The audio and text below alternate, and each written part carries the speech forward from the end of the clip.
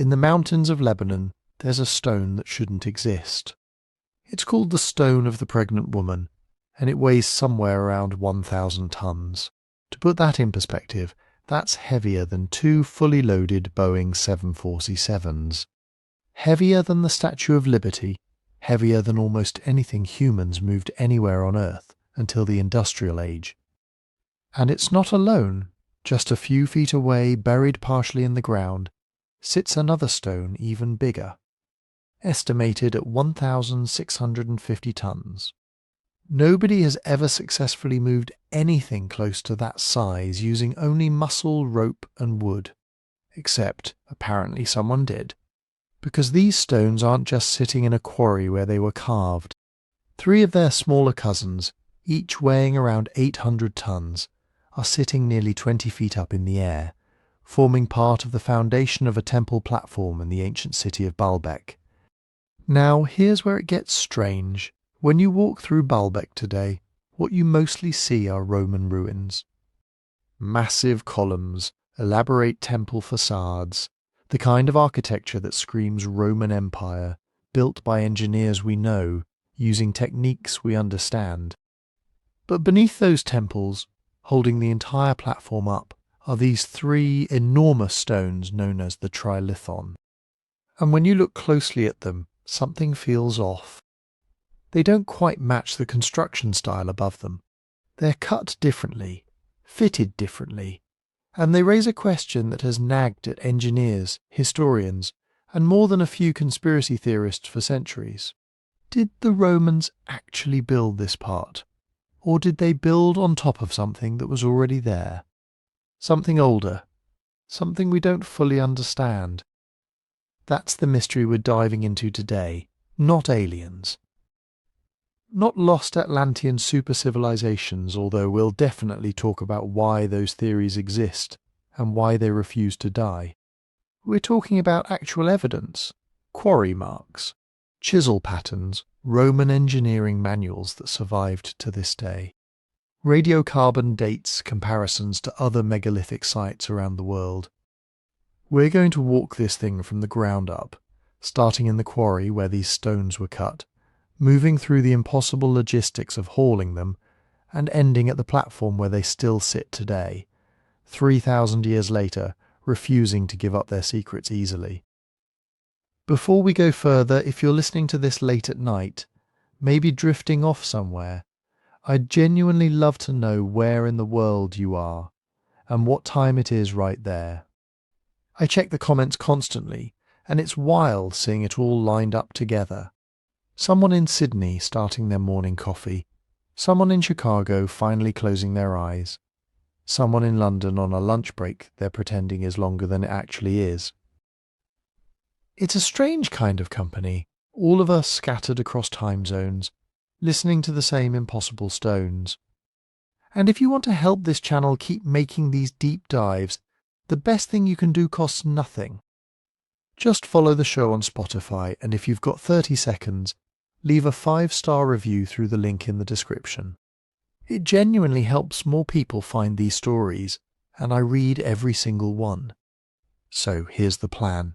We're going to separate what we actually know from what we merely suspect, and what we suspect from what people simply wish were true. Because the real story of Baalbek, the one built on quarry evidence and engineering calculations and centuries of archaeological digging, is honestly stranger than most of the myths. You don't need aliens when the truth already sounds like it shouldn't be possible. Let's start where any good mystery should. Not at the temple, not at the myths, but in the dirt, at the quarry, where these stones were first cut free from the earth, thousands of years before anyone would ever explain how they got to where they are now. So let's actually place this thing on a map, because location matters more than most people realize.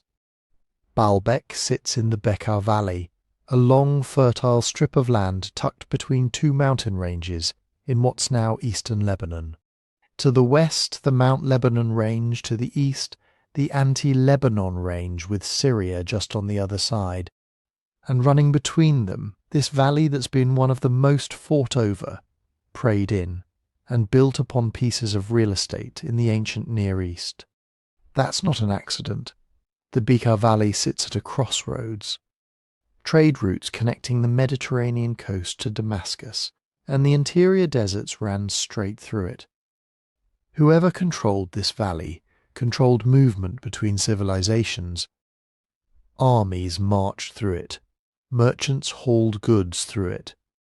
And for thousands of years, people built temples here, because in the ancient world, the places where humans crossed paths were also the places where they believed the gods paid closest attention. The city itself has won a lot of names. The Greeks and later the Romans called it Heliopolis, the city of the sun. Before that, in the languages of the people who lived here first, it was Baalbek, likely meaning something like Lord of the Bekaa, a reference to Baal, the storm and fertility god worshipped across the ancient Levant. 2 names, 2 languages, 2 empires, same patch of ground. And that layering, that habit of new cultures stacking their beliefs and their architecture directly on top of what came before, is basically the entire story of Baalbek in miniature. Because here's the thing about religious sites in the ancient world. They almost never start from nothing.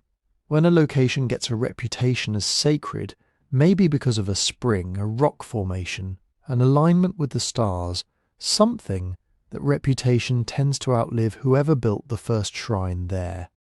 New arrivals don't usually bulldoze the holy ground and start over on a blank slate. They build on it, they absorb it. The local storm god gets folded into the new empire's pantheon. The old altar gets buried under a bigger one. The sacred spot keeps its power even as the language spoken over it, and the hands doing the building change completely. Baalbek appears to follow this exact pattern, possibly for thousands of years before the Romans ever showed up. Canaanite worship, Phoenician influence, Hellenistic construction under the Greeks, and finally the Romans, who took an already ancient holy site and turned it into one of the largest, most extravagant temple complexes anywhere in their empire. Each layer sitting on the one before it, like sediment, which creates an obvious problem for anyone trying to figure out what was built when. Because when archaeologists and tourists walk through Baalbek today, what stands in front of them, the soaring columns, the ornate temple facades, is almost entirely Roman. That part isn't in dispute, but standing at ground level, admiring 2nd century marble work, doesn't tell you much about what's underneath your feet. And that's exactly the situation at Baalbek. There's the temple complex everyone photographs, the columns, the carved stone, unmistakably Roman in style and execution. And then there's the platform beneath it, the massive retaining structure those temples were built on top of. 2 different questions, 2 different timelines, and as we're about to see, the platform is where things stop being simple. And that is why Baalbek cannot be understood as one monument built by one people at one moment in time. It is a sacred place that kept getting inherited, and every group that inherited it added something, removed something, renamed something, or reinterpreted what had already been there. Long before Rome arrived, this region belonged to the religious world of the ancient Levant, a world of storm gods, fertility gods, mountain gods, gods who controlled rain, crops, livestock, childbirth, and the dangerous line between survival and disaster. In a valley as fertile as the Bekaa, that kind of worship makes perfect sense. Rain was not just weather, rain was wealth. A good season meant grain, wine, animals, trade. A failed season meant hunger. The name Baal itself does not point to one single god in the way the name Zeus does. Baal simply means Lord. It was a title, and different communities could apply it to different divine figures. But in this part of the Levant, the title was closely connected with powerful local gods of storm, sky, and fertility. Gods who brought the rain down from the mountains and made the valley productive. Then came the Greeks. After the conquests of Alexander the Great, the Near East entered the Hellenistic world. Greek language, Greek political systems, Greek art, and Greek religious ideas spread across territories that already had their own deeply rooted cultures. But this did not usually mean the old gods disappeared. Something more complicated happened. Greek settlers and local populations began identifying their gods with one another. A local storm god might become Zeus. A fertility goddess might become Aphrodite. A god connected with wine, vegetation, or seasonal renewal might be understood through Dionysus. This process is called syncretism. It sounds academic, but the basic idea is simple. Two cultures look at each other's gods and say, maybe we are talking about the same power using different names. By the Roman period, Baalbek had become Heliopolis, the city of the sun, and its local divine world had been reorganized into a Roman framework. The central god was Jupiter Heliopolitanos, Jupiter of Heliopolis. But he was not just Jupiter in the familiar Roman sense, the bearded god on a throne throwing lightning bolts from Mount Olympus. He seems to have carried older Levantine characteristics with him. In surviving images, Jupiter Heliopolitanus can appear flanked by bulls, wearing an elaborate headdress holding symbols of fertility as well as power. This was Rome's Jupiter, yes, but Rome's Jupiter had absorbed a much older local identity. The same thing happened with Venus and Bacchus. Venus at Baalbek was likely connected to older Near Eastern goddesses associated with sexuality, fertility, protection, and perhaps the Phoenician goddess Astarte. Bacchus, the Roman god of wine and ecstatic celebration, may have been linked to local traditions of agriculture, vineyards, and seasonal abundance. The exact paths of these identifications are still debated. Ancient religion was not a neat system, with one god replacing another, like a label being swapped on a jar. It was messy. Local beliefs survived inside imperial names. Roman rituals mixed with regional customs. A god could be Greek, Roman, Phoenician, Syrian, and local all at once, depending on who was praying. And this matters because Baalbek's religious continuity is both a clue and a trap. It is a clue because it strongly suggests the site was sacred before the monumental Roman temples were constructed. Romans did not choose this exact location at random. They were building on ground that already had significance. A shrine, an altar, a cult centre, perhaps structures now buried, dismantled, or incorporated into later foundations. That is entirely plausible, but it is also a trap because a sacred site can remain sacred for centuries without preserving every physical structure from its earliest phase. People often hear that Baalbek was holy before Rome and make a huge leap. They assume that every massive stone beneath the Roman temples must therefore be pre-Roman. But religious continuity does not automatically prove architectural continuity. Think about it like this.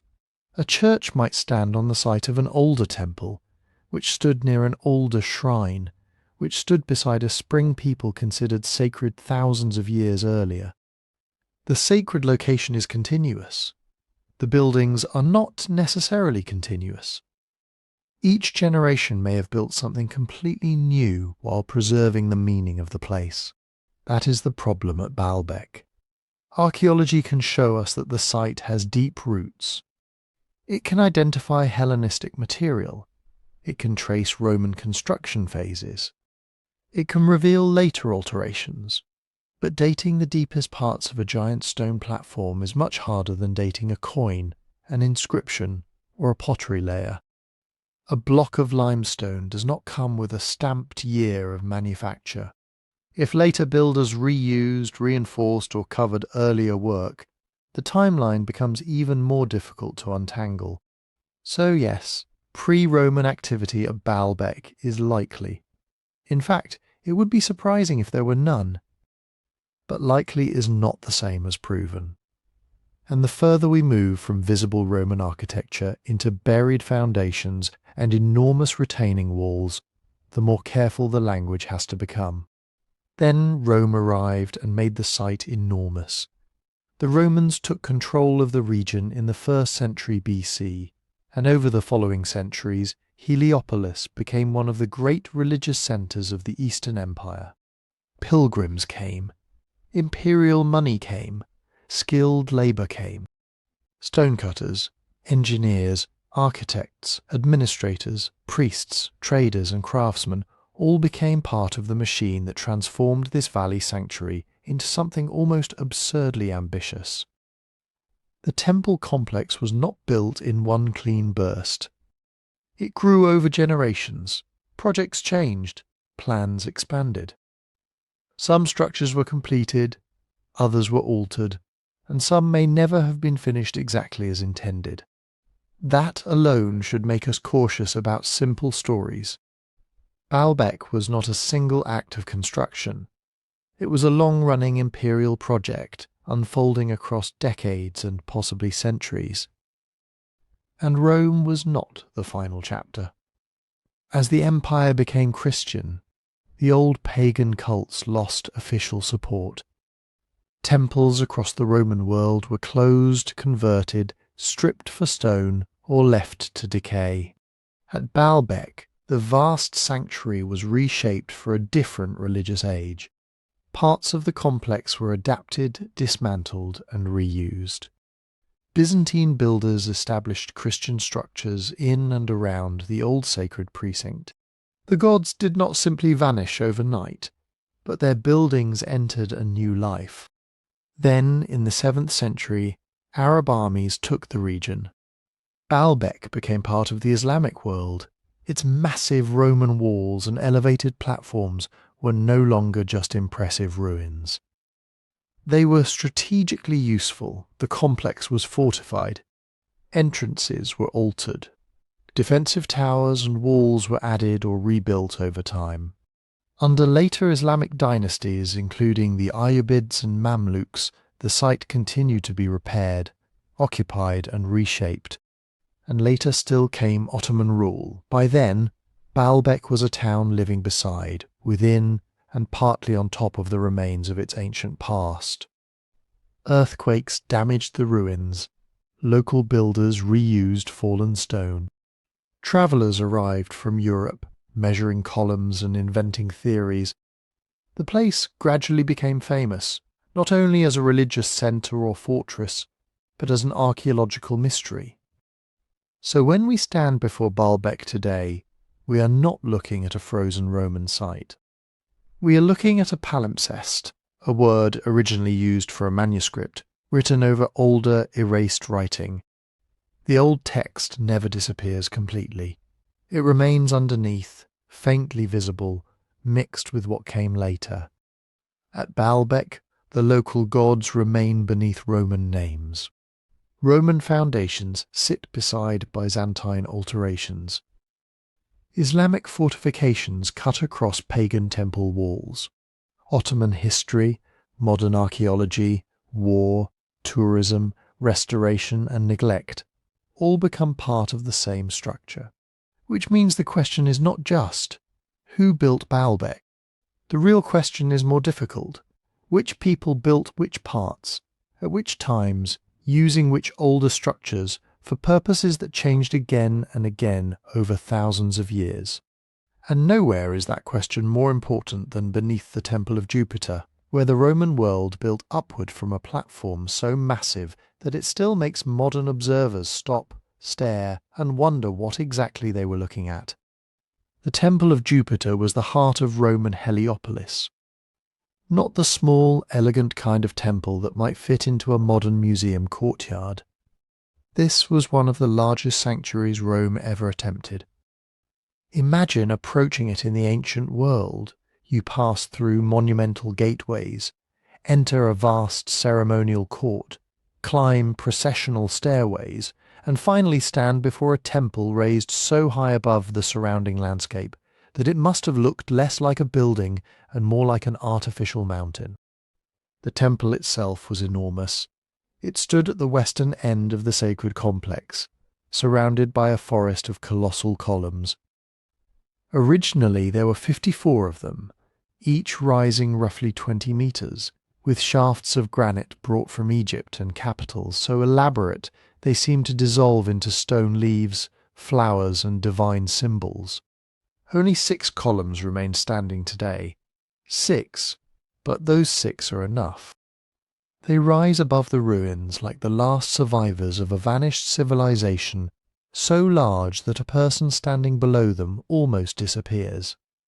And that is only the visible temple architecture. The columns, the carved capitals, the staircases, the walls, the ceremonial spaces. All of that was meant to impress pilgrims, priests, imperial officials, and anyone else arriving at Heliopolis. But beneath and behind this spectacular temple was something even more extraordinary. A platform, not a platform in the casual sense, like a flat surface under a building. This was a massive engineered foundation system built up from terraces, retaining walls, filled spaces, and gigantic limestone blocks. It raised the temple above the surrounding terrain and created the enormous western end of the sanctuary. This distinction matters because when people see photographs of Baalbek, they often combine everything into one impossible object. They see the giant stones, the surviving columns, the ornate Roman carvings, and they imagine that every part belongs to one single construction event. One civilization, one plan, one moment when somebody decided to build the biggest temple anyone had ever seen. But Baalbek is more complicated than that. The Temple of Jupiter was decorative architecture on an imperial scale. Its columns were shaped, fluted, assembled, and crowned with richly carved capitals. Its spaces were designed for ritual, movement, spectacle, and religious authority. It was architecture meant to be seen. The giant blocks in the platform had a different job. They were structural. They were part of the retaining system, the enormous body beneath the temple that held back earth, stabilized terraces, and created a level, elevated surface capable of supporting immense loads. They were not carved to be admired from every angle. They were not standing free like columns. They were fitted into walls, partly concealed by the very monument they made possible. Think of a modern skyscraper.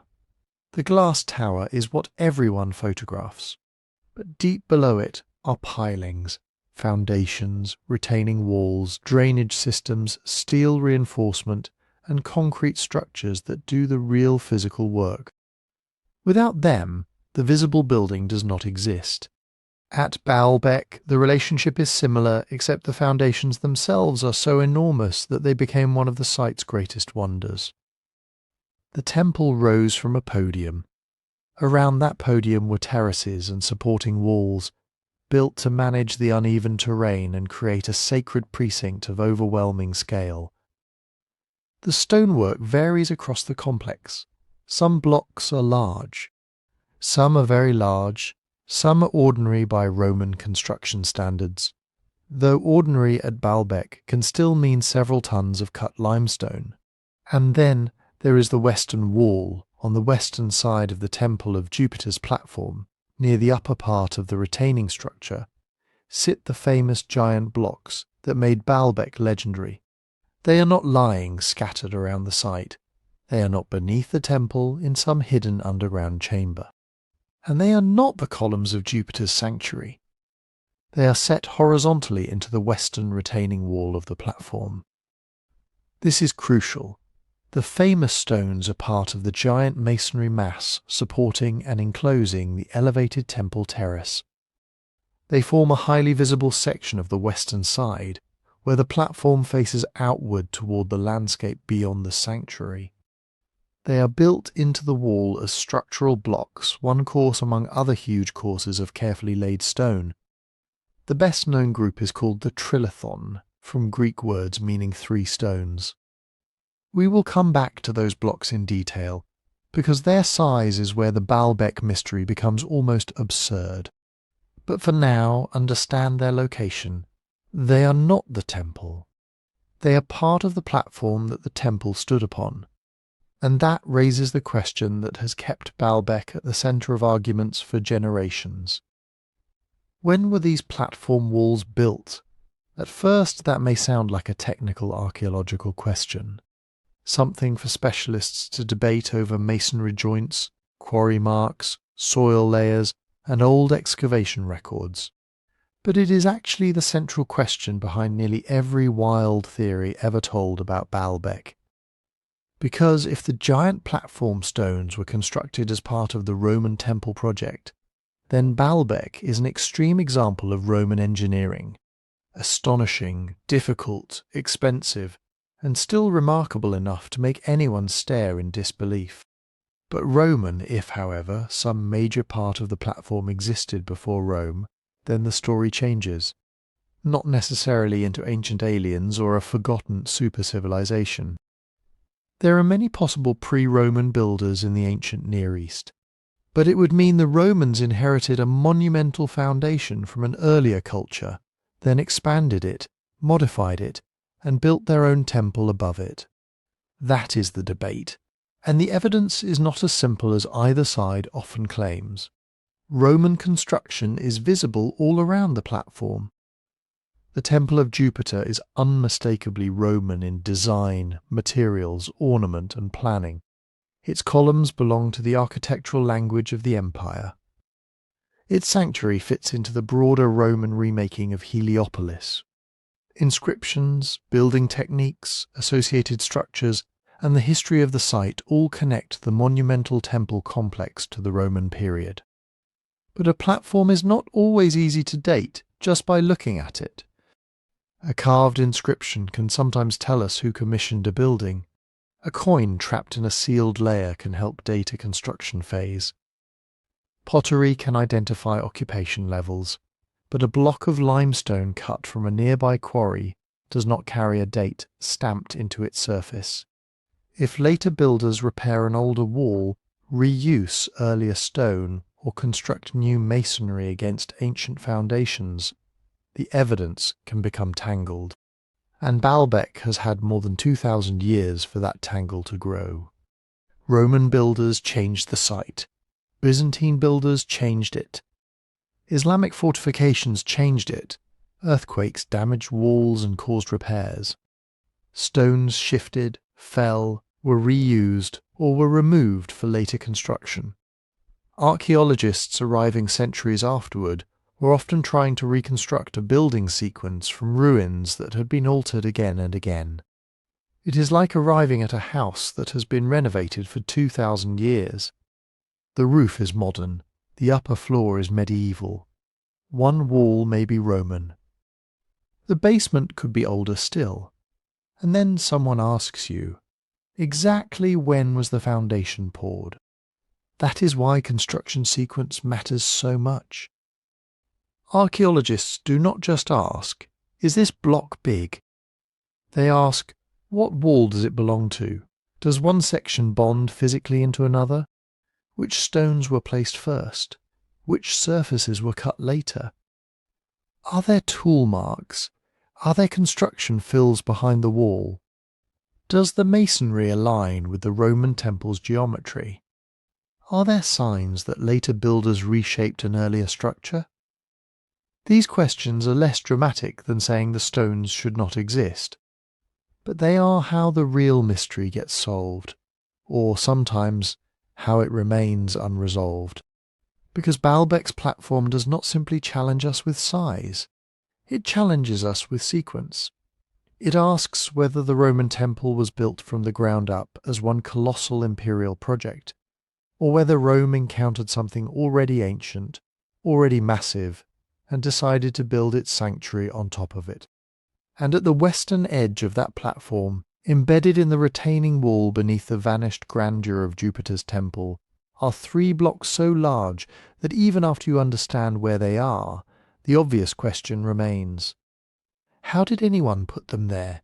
The answer is the Trilithon. 3 limestone blocks placed side by side in the western retaining wall of Baalbek's great platform. Not 3 stones lying in a quarry. Not 3 broken fragments that fell from some vanished structure. 3 finished blocks, cut, moved, raised, aligned, and fitted into a wall high above the ground. The name sounds almost understated. Trilithon, Greek for 3 stones. But these are not ordinary stones. Each block is roughly 19 to 20 meters long, around 4 meters high, around 3.5 meters deep. Exact measurements differ slightly depending on where and how they are taken. The stones are not perfect modern rectangular prisms. Their faces have weathered. Parts are hidden in masonry. The joints are not all equally accessible, but the basic scale is beyond dispute. Picture a single block nearly as long as a tennis court is wide, as tall as a 1-story building and as deep as a small room. Now make it limestone, solid limestone. The commonly repeated estimate is about 800 tons for each stone. Sometimes you will see lower estimates, perhaps in the range of 700 to 750 tons. Sometimes higher numbers appear, and this is one of those cases where the disagreement does not mean nobody knows anything. It means weight is calculated, not measured. Nobody has placed the trilithon on a scale. You estimate the block's volume. You multiply it by the density of the local limestone, and both parts of that equation involve some uncertainty. A few centimeters added or removed across a block 20 meters long can change the final number. Limestone itself varies in density depending on its composition, porosity, fractures, and moisture. A dense cubic meter of stone weighs more than a porous one, so the exact total shifts. But whether the answer is 700 tons, 800 tons, or somewhat more, the conclusion remains the same. Each one is among the largest stones ever used in ancient monumental construction. And there are 3 of them. That is what changes the problem. Moving a giant stone once is an extraordinary engineering challenge. You need to quarry it without breaking it, shape it without weakening it, get it out of the quarry, control its movement across uneven ground, prevent it from rolling, cracking, sinking, or sliding out of control. Then you have to bring it to the construction site with enough precision that it can actually become part of a wall. But the Trilithon was not simply delivered to ground level and left there. The blocks were placed in an upper course of the western retaining wall. They sit above other massive masonry fitted into the great structural body of the platform. They were not lifted like a modern crane lifting a steel beam hundreds of meters into the air, but they still had to be raised above their original transport level, brought into position, and settled onto prepared stonework without destroying the blocks below or losing control of the block being placed. Then the builders had to do it again and again, 3 times. Think about the sequence. The first block has to be positioned correctly enough to receive the next. The second has to meet the first at a vertical joint. The third has to complete the run. A mistake at any stage could create a gap, force a redesign, or leave hundreds of tons of stone in the wrong place with no simple way to move it back. There is no giant reset button in ancient construction. Once a block of this size begins to shift under gravity, the difference between controlled movement and catastrophe can be tiny. A rope fails, a timber cracks, a roller digs into the soil, a ramp slumps after rain, the block tilts by a few degrees, and suddenly an entire construction campaign can be threatened by one piece of stone that nobody can casually push, pull, or lift. That is why the Trilithon feels so unreal when you stand before it. Not because it violates physics. It does not. Not because ancient people were incapable of moving stone. They were not. Ancient Egypt moved enormous obelisks. Roman engineers transported granite columns from Egypt across the Mediterranean. Assyrian kings recorded the movement of colossal stone statues. Across the ancient world, builders understood leverage, ramps, sledges, rollers, capstans, cranes, ropes, pulleys, counterweights, and one of the most powerful technologies ever invented: organized human labor. But Baalbek pushes all of those familiar ideas toward their limit. A construction crew could move a 10-ton block using techniques that would be difficult but relatively routine for a major ancient state. A 100-ton block is another category entirely. 700 or 800 tons means every part of the operation becomes more demanding. More workers, more timber, stronger ropes, better prepared roads or ramps, more careful planning, greater danger, less margin for error. And this is where the mystery needs to be handled carefully. The Trilithon is astonishing. It is not evidence by itself of a technology beyond human understanding. That distinction matters. People often look at the stones and begin with a conclusion. Romans could not have done this. Ancient people could not have done this. Therefore someone else must have done it.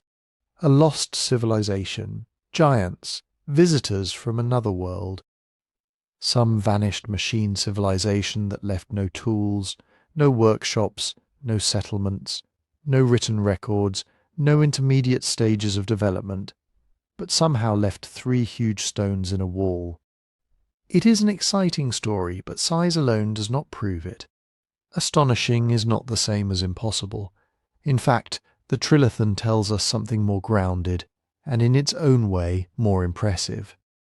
It tells us that the people who built or incorporated this wall had access to immense resources.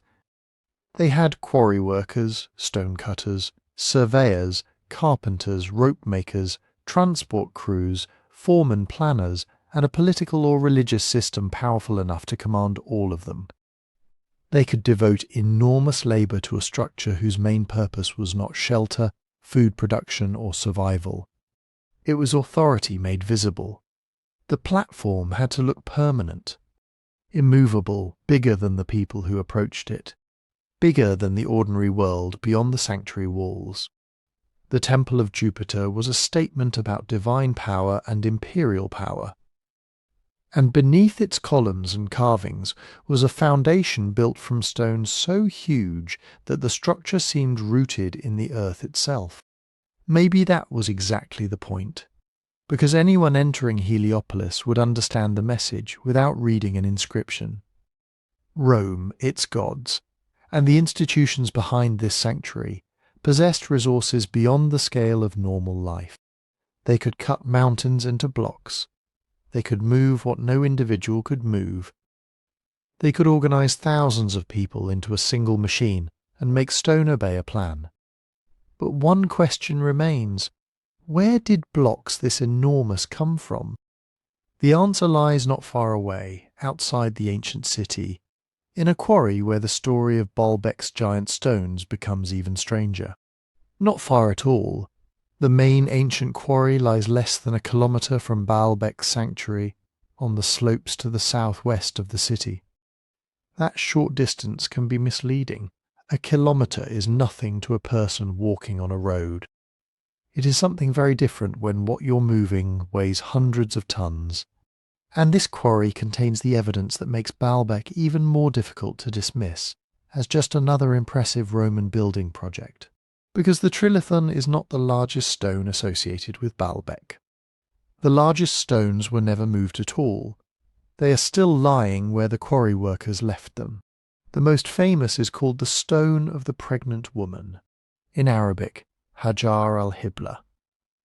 It is an extraordinary block of limestone, partly separated from the bedrock but never fully freed, never dragged down the slope, never fitted into the platform wall.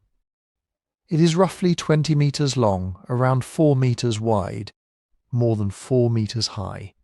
Depending on the measurements used and the density assigned to the limestone, estimates commonly put its weight at around 1,000 tons, sometimes somewhat more. That would make it substantially heavier than any of the 3 Trilithon blocks. Think about what that means. The builders at Baalbek did not stop at 700 or 800-ton stones because that was the absolute maximum their system could handle. At least for a time, somebody was preparing an even larger block. A block so large that it would outweigh the stones already built into the great retaining wall. And then they stopped. The name itself is part of the mystery. Stone of the Pregnant Woman. It sounds ancient, almost mythical. But nobody can say with certainty where the name came from. One local tradition says a pregnant woman promised the quarry workers she could reveal how to move the stone if they agreed to feed her until she gave birth. Another interpretation connects the name to fertility, perhaps because the stone seems to remain inside the earth, not yet fully born from the quarry. Other stories have been suggested over the years. None can be proven as the original explanation. That uncertainty is important. Baalbek has been attracting travellers, pilgrims, scholars, soldiers, treasure hunters, and storytellers for thousands of years. Names accumulate. Legends attach themselves to things too large or strange to explain easily. A giant abandoned stone is exactly the kind of object that invites a story. But the block itself does not need a legend to be astonishing. It preserves a construction process frozen in time. Around the stone of the pregnant woman, the quarry workers cut deep channels into the limestone bedrock. These trenches defined the sides of the intended block. They gave workers room to attack the stone with iron tools, to shape its faces, and eventually to separate it from the living rock beneath. This was not random digging. The block was laid out deliberately. Its dimensions were planned. Its long axis was oriented toward the route leading down toward Baalbek. It appears to have been designed as one part of a larger building operation, possibly for the same monumental platform system that includes the Trilithon. The quarry tells us something the finished monument cannot. At the temple we see success. At the quarry we see the work before success. The calculations, the extraction marks, the choices. And most revealing of all, the point where something did not go according to plan. Then, in 2014, archaeologists investigating beneath and beside the famous stone identified another enormous unfinished monolith. It became widely known as the Forgotten Stone. The name makes it sound like it had vanished from history. It had not really vanished. It had simply remained partly buried and less visible than its famous neighbour, waiting for closer investigation to reveal its true scale. And its scale is almost absurd. The Forgotten Stone is estimated at around 19.5 metres long, but it is much thicker and taller than the stone of the pregnant woman. Some estimates place its mass around 1,600 tons, perhaps even more, depending on how its dimensions and density are calculated. If that estimate is correct, it may be the largest known stone block ever quarried in the ancient world. Not the largest stone ever moved. It was never moved. Not the largest stone ever incorporated into a structure. It was never incorporated into anything, but possibly the largest single-worked monolith ancient builders ever attempted to extract. That word matters, attempted. The Forgotten Stone is not evidence that someone successfully transported 1,600 tons across the landscape using lost machines or impossible technology. It is evidence that quarry workers prepared a stone of that size. It shows ambition at the outer edge of what the project's planners were willing to consider. And it also shows a limit. One reason the stone was abandoned may be visible in the rock itself. The block appears to contain flaws and fractures. A crack in a stone this large is not a minor inconvenience. It can turn an expensive triumph into a disaster. Imagine spending weeks or months cutting channels around a massive block, hundreds of workers shaping its faces, teams clearing debris, surveyors checking alignment, toolmakers supplying iron picks and chisels, foremen coordinating labour. Then, during inspection, someone finds a natural weakness running through the limestone. Maybe the crack is shallow. Maybe it is deep. Maybe nobody can know without fully freeing the stone. But once the block is moving, the pressure changes. Its own enormous weight begins working against it. A hidden fracture could open. The stone could split on a sledge, collapse during lowering, or break just before reaching the construction site. At that scale, failure is not cheap. It is catastrophic. There are other possible reasons for abandonment. The stone may have proved too large for the planned transport route. The quarry face may have produced an awkward shape.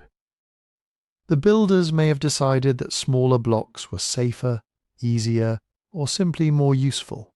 A new phase of construction may have changed the required dimensions. And then there is the most ordinary explanation of all. The project may have ended. Ancient construction depended on money, labour, political stability, religious priorities, and imperial support. A ruler dies. A governor is transferred. A war drains the treasury. A building campaign loses its funding. The workforce is needed elsewhere. A grand plan that seemed inevitable one year can become irrelevant the next. We often imagine ancient monuments as if they emerged from a single unified moment of purpose. But real construction is messy. Plans change, budgets fail, materials break, people argue, workers leave unfinished evidence behind.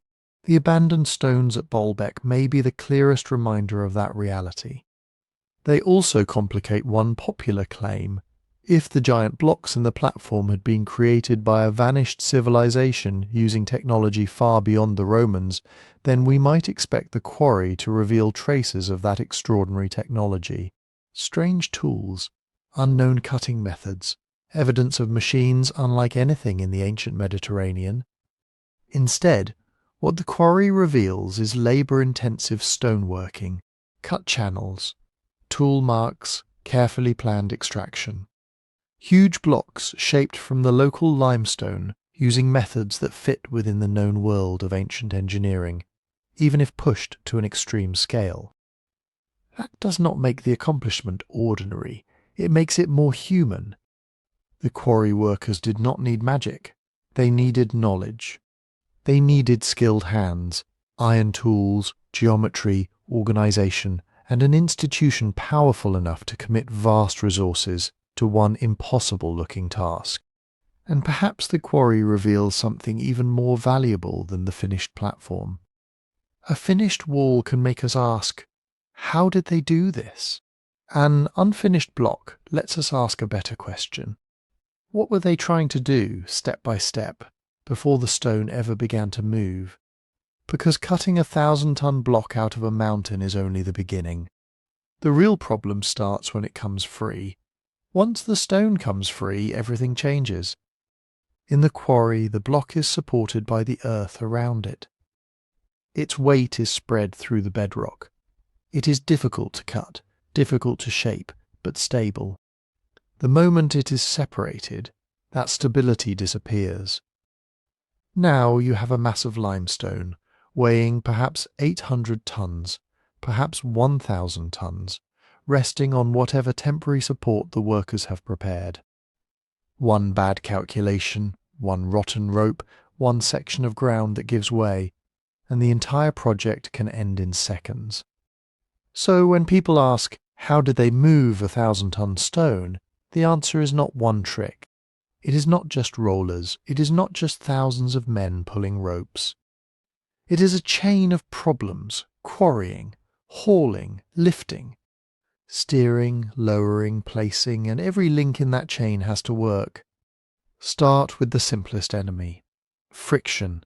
A stone does not need to be lifted completely off the ground to be moved. That would be almost unimaginably difficult. It only needs to be supported in a way that reduces resistance enough for a controlled force to pull it forward. If the block is dragged directly over rough earth, the friction is enormous. The leading edge catches on stones, the ground compresses, the surface tears apart. More force is needed. More force means more strain on ropes, more pressure on the stone, and a greater chance that something fails. So ancient engineers had to change the conditions beneath the load. They could prepare a level route, remove loose rocks, fill hollows, compact soil, lay down timbers, stone paving, or packed layers of gravel and earth. They could build a broad transport bed specifically designed to distribute the weight over a larger area. This matters because a 1,000-ton stone is not just heavy. It creates crushing pressure. Put that weight onto a few narrow wooden rollers, and the rollers may crack, sink, or grind into the soil. Put it onto a broad sledge, resting on a carefully prepared track, and the load is spread out. The stone is still incredibly difficult to move, but now the ground has a chance of holding. Rollers may have been used in some situations. Wooden cylinders placed beneath a load can reduce friction dramatically, at least in theory. But rollers create their own problems. They have to be continuously recovered from behind the stone and placed in front. They can shift sideways. They can split. And on uneven ground, a rolling 1,000-ton block is not necessarily easier to control. It may be much harder. A sledge is slower but safer. Instead of allowing the stone to roll freely, workers could place it on a massive wooden frame, then drag that frame over lubricated timber tracks, packed earth, or layers of wet clay. Ancient images from Egypt show huge statues being pulled on sledges while workers pour water onto the ground ahead of them. Water can stiffen loose sand and reduce the resistance of a moving sledge. Different terrain requires different solutions, but the principle is the same. Control the friction, control the load, never let the stone move faster than you can stop it. Then there is the route. The quarry at Baalbek was close to the sanctuary, less than 1 kilometre away. That is a huge advantage, but the route was not flat in the way a modern warehouse floor is flat. The quarry lies uphill from the temple complex. Moving the stone toward Baalbek meant bringing it down a slope. And downhill can be more dangerous than uphill. Pulling a load uphill is a contest against gravity. Moving it downhill is a contest against momentum. Once an 800-ton block begins to slide, the workers are no longer simply hauling it. They are trying to prevent a moving mountain from becoming uncontrollable. That is why gradients matter so much. A slope that looks gentle to a person can produce an enormous force when hundreds of tons are pressing downhill. Engineers would need to survey the route, cut terraces, build embankments, and perhaps create gradual switchbacks rather than taking the shortest path.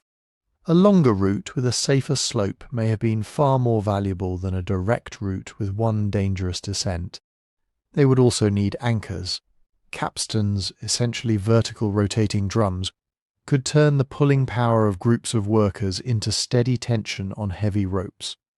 Teams could walk around the capstan bars, winding rope gradually and pulling the sledge forward a little at a time. Other ropes, fixed behind the load, could act as brakes. Levers could correct small shifts. Wooden chocks could be jammed beneath the sledge whenever it stopped. Move. Stop. Check. Reset the ropes. Move again. Not fast. Not dramatic. Just relentless.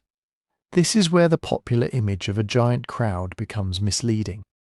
Yes, large numbers of labourers were necessary, but 1,000 people pulling randomly does not create engineering. It creates chaos. Ropes need equal tension. The pulling direction has to remain aligned with the route. Workers need signals. The sledge must not twist. The ground ahead has to be prepared before the stone reaches it. The teams operating brakes need to know exactly when to hold and when to release. Someone has to inspect the timber supports. Someone has to monitor cracks in the stone. Someone has to decide when weather makes the next stage too dangerous. A giant labour force without coordination might pull the block apart from its own transport system. The real machine was not made only of wood, rope, and iron. It was made of people organised into specialised teams. Quarry workers, carpenters, rope makers, surveyors, stoner masons, team leaders. Draft animals may have assisted with smaller tasks, but for the heaviest moments, human power was likely more controllable. Workers could respond to signals, shift their force, stop instantly, and operate in places where animals would be difficult to manage. And above all of them, there had to be experienced supervision. Someone needed to understand leverage, load distribution, terrain, the behaviour of ropes under strain, the difference between a stone that was stable and a stone about to fracture. The final challenge was placement. Getting a block near the temple wall is not the same as fitting it into the wall. The Trilithon stones were installed high in the retaining structure, above lower courses of masonry. That means the builders had to raise them, or construct the platform around a route that allowed the stones to be brought gradually into position. The most plausible answer is not a single gigantic crane. Roman cranes were impressive, and they could lift heavy blocks using pulley systems, tread wheels, and compound lifting mechanisms. But the loads associated with Baalbek's largest stones likely exceeded what any ordinary crane could safely handle. Instead, the builders may have relied heavily on earth. Earthen ramps are one of the great unglamorous secrets of ancient construction. Build up a broad slope of packed soil, rubble, and stone. Drag the block upward in controlled stages, raise it only a little at a time. Once it reaches the required level, shift it sideways with levers, capstans, and carefully arranged supports. Then lower it into its final bed. It sounds simple until you remember the scale. A ramp capable of supporting an 800-ton stone would itself be a major engineering project. It would require enormous amounts of fill, careful compaction, retaining walls, drainage, constant maintenance, and room for crews to work around the moving load. But that is exactly the point. At Baalbek, the impossible-looking stone may not have been moved by an impossible machine. It may have been moved by a massive temporary landscape built for one purpose, getting one block, one careful metre at a time, to exactly where it needed to be. Could this have been done with rollers, sledges, ropes, capstans, levers, ramps, and highly organised labour? Yes. Nothing about those methods violates known ancient engineering principles. But that is not the same as proving the precise method used at Baalbek. The wood is gone. The ropes are gone. The ramps, if they existed, were dismantled, eroded, or buried beneath later construction. We do not have an ancient instruction manual saying, on this date these workers moved this particular stone using this exact system. What we have is the monument, the quarry, the terrain, and the engineering logic of the ancient world. Enough to show that human methods were possible, not enough to remove every question. And that distinction matters, because once we understand how a stone might have been moved, another question becomes even more interesting. What were Roman engineers actually capable of when ambition, money, labour, and imperial power were all concentrated in one place? Roman engineers were not magicians. They did not have steel cables, diesel engines, hydraulic jacks, or computer models. They could not press a button and lift 1,000 tons into the air. But dismissing them as men with ropes and optimism is just as wrong. The Roman world built roads across mountains, bridges across rivers, aqueducts over valleys, harbours that survived open seas, and buildings whose concrete domes remained the largest on earth for more than 1,000 years. They surveyed long-distance water channels with gradients so slight that a modern eye can barely see them. They designed arches that turned crushing downward weight into controlled sideways force. They organised materials, labour, food, timber, animals, tools and skilled workers across an empire stretching from Britain to Syria. At Baalbek, that matters. Because the question is not whether one village could move a mountain-sized stone with nothing but determination. The question is whether a wealthy imperial building project backed by Roman administrative power and generations of engineering knowledge could solve an extreme construction problem. And the Romans had solved extreme construction problems before. Take the roads. A Roman road was not simply a line scratched across the landscape.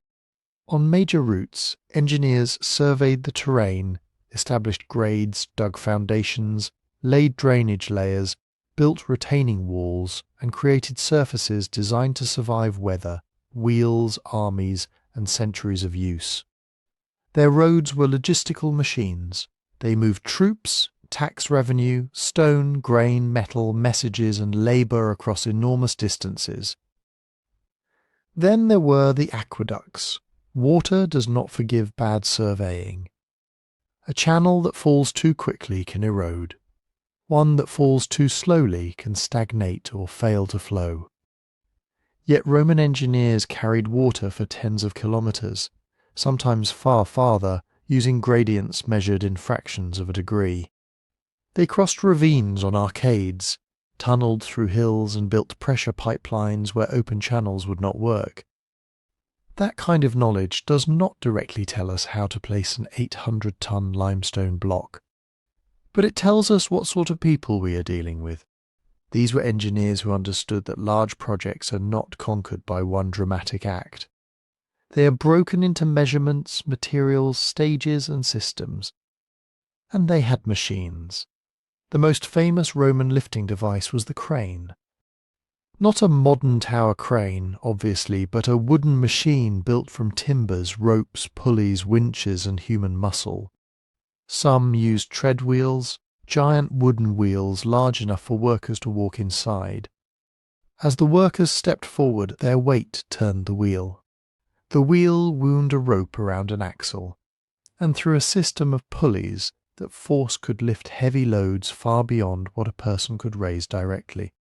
This is mechanical advantage. A pulley does not remove the weight of a stone. It trades force for distance. Pull more rope, and you can lift a heavier object with less direct effort. Add more pulleys, stronger ropes, multiple winches, and coordinated teams, and a crane becomes a serious construction machine. Roman writers described compound pulley systems capable of lifting loads that would otherwise require huge teams of labourers. Archaeology has found physical clues too. Stone blocks in Roman buildings often preserve holes and cuttings for lifting devices, iron clamps, lifting tongs, and Lewis irons, metal fittings inserted into specially cut sockets in the stone. These are not vague theories, they are the marks of an industry that knew how to grip, raise, position, and secure large masonry. Roman cranes helped construct temples, theatres, baths, arches, and multi-storey apartment buildings. They lifted column drums, arch stones, roof timbers, statues, and massive architectural blocks into positions no group of men could simply carry. And Roman logistics could move objects that sound almost absurd. Obelisks were brought from Egypt to Rome. These were single pieces of hard stone, carved in ancient quarries, transported down the Nile, loaded onto specially designed ships, carried across the Mediterranean, brought up the Tiber, and then erected in the imperial capital. The Vatican obelisk, moved to Rome in the 1st century AD, weighs roughly 300 tons. The Lateran obelisk, transported from Egypt later in the Roman period, is even heavier, often estimated at more than 400 tons. Moving either one required a chain of operations: quarrying in Egypt, river transport, sea transport, unloading, overland movement, and final erection. No one looks at a Roman obelisk and says, well, it must have levitated. We know Roman power could mobilize extraordinary resources when emperors wanted a monument. Monumental columns provide another comparison. The granite columns used in major Roman buildings were quarried hundreds of kilometres away, shipped over water, hauled through cities, and raised upright with precision. Some individual column shafts weighed scores of tons. Their transport required purpose-built ships, reinforced roads, capstans, cranes, scaffolding, and carefully planned work crews. So the Roman record absolutely matters at Baalbek. But it does not end the argument, because Baalbek's largest blocks remain in a different category. A 60-ton column drum is difficult. A 300-ton obelisk is extraordinary. But the Trilithon stones are often estimated around 700 to 800 tons each, and some of the abandoned quarry blocks may approach or exceed 1,000 tons. That is a real scale gap. The evidence for ordinary Roman cranes does not demonstrate that a single crane could lift a Trilithon block into the air. In fact, it strongly suggests the opposite. The largest documented ancient lifting machines, even with compound pulleys and multiple teams, were probably intended for loads far below Baalbek's most extreme stones.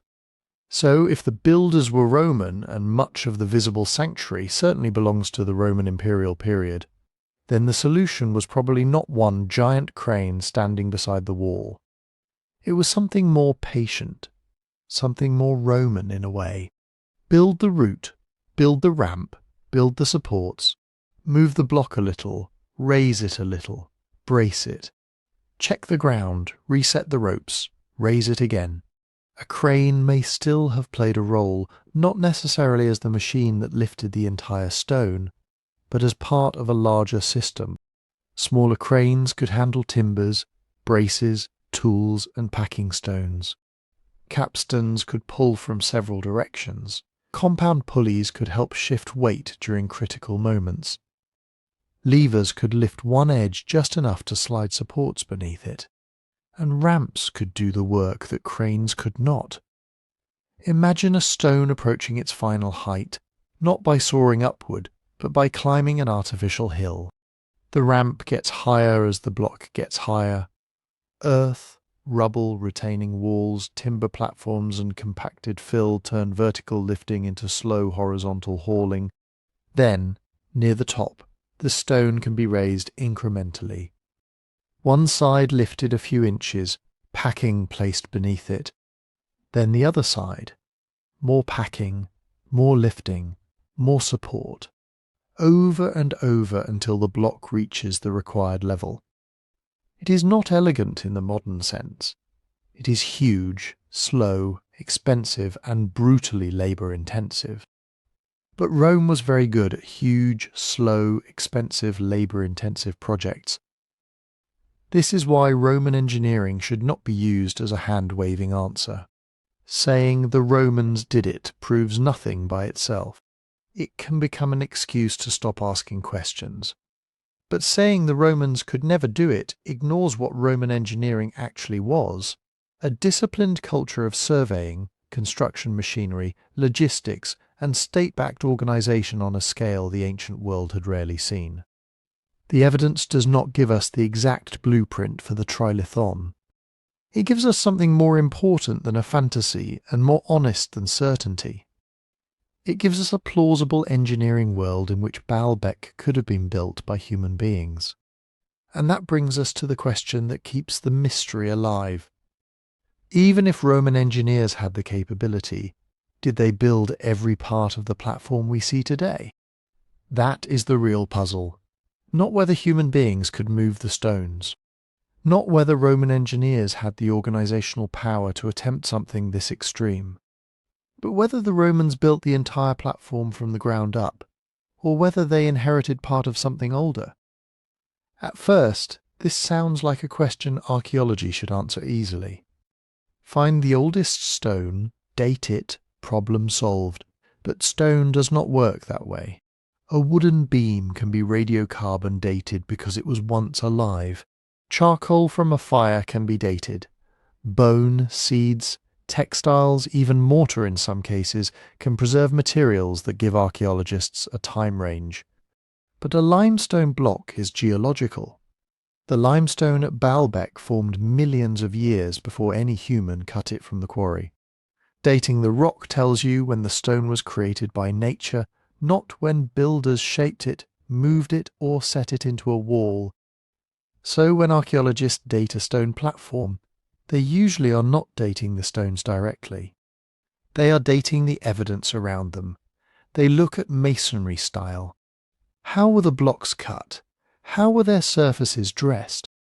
Are there clamp holes, lifting marks, drafted margins, or construction techniques that resemble other buildings from known periods? They look at stratigraphy, the sequence of layers in the ground. If a wall sits below a paved floor, and that floor is sealed beneath a later building, then the wall has to be older than the floor above it. They examine foundations, drains, fill layers, repair work, pottery fragments, coins, inscriptions, and nearby structures. It is detective work, not one dramatic clue, 1,000 small clues, each narrowing the possibilities. And at Baalbek, the broad historical context is difficult to ignore. The visible sanctuary complex, including the colossal Temple of Jupiter, the Temple of Bacchus, courtyards, altars, walls, and monumental stairways, is overwhelmingly associated with the Roman imperial period. Construction began around the 1st century AD and continued in phases for centuries. The site was known in antiquity as Heliopolis, a city transformed under Roman rule into one of the most ambitious sacred landscapes in the empire. Emperors, local elites, priests, soldiers, craftsmen, quarry workers, architects, and labourers all had reasons to invest in it. This was not an isolated pile of stones in an empty wilderness. It stood in a prosperous region, connected to Roman roads, trade networks, military routes, and imperial administration. The temple platform belongs to that larger Roman story. Its architecture, its relationship to the sanctuary, and the archaeological sequence around it all point strongly toward major Roman construction.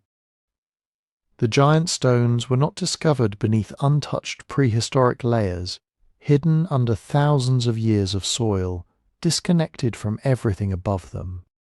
They form part of the immense retaining and foundation system associated with the Roman temple terrace. That is the conventional view, but conventional does not mean every question is closed. Because the platform is not a simple uniform object built in one single moment. It is a layered structure. Different walls use different sizes of stone. Some blocks are carefully finished. Others appear rougher or less regular. Some parts were modified, reinforced, repaired, or built around later structures. And Baalbek was important long before Rome arrived. The Romans did not choose the site at random. Before Heliopolis became a Roman monumental centre, the place had already been a sanctuary in the Phoenician and Hellenistic worlds. Local religious traditions existed there. The cult of Baal, later merged and transformed through Greek and Roman religious identities, had deep roots in the region. A sacred place can remain sacred for centuries, even millennia, as new rulers rebuild it, rename its gods, and place their own monuments over older ones. That is why some researchers and visitors have wondered whether the lowest courses of the platform might preserve an earlier phase. Maybe the Romans expanded an existing terrace. Maybe they strengthened older retaining walls. Maybe earlier builders established the sacred enclosure, and Roman engineers later magnified it beyond anything that had stood there before. This is not an absurd possibility. Ancient monumental sites were often reused. Temples were rebuilt on temples. Fortifications incorporated older walls. New empires regularly appropriated the foundations of old sacred places because those places already had authority. But that possibility has limits.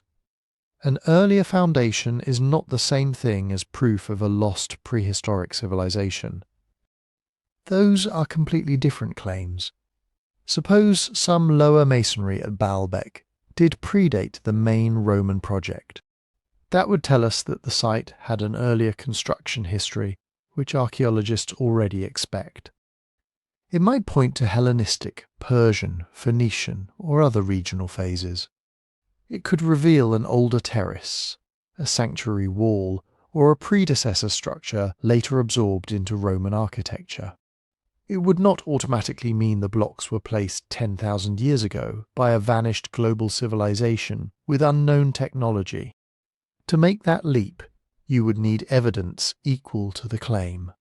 You would need securely excavated layers beneath the masonry containing datable material from a dramatically earlier period. You would need construction surfaces sealed below later occupation. You would need tools, pottery, organic remains, inscriptions, or unmistakable architecture associated with the supposed builders. Ideally, you would need multiple independent lines of evidence, radiocarbon dates from sealed contexts, inscriptions naming rulers or communities, stratigraphic proof that cannot be explained by later rebuilding, and comparable structures from the same culture and era. One unusual stone is not enough. A large block is not enough. Even a mystery is not enough. Archaeology does not reject extraordinary dates because they are exciting.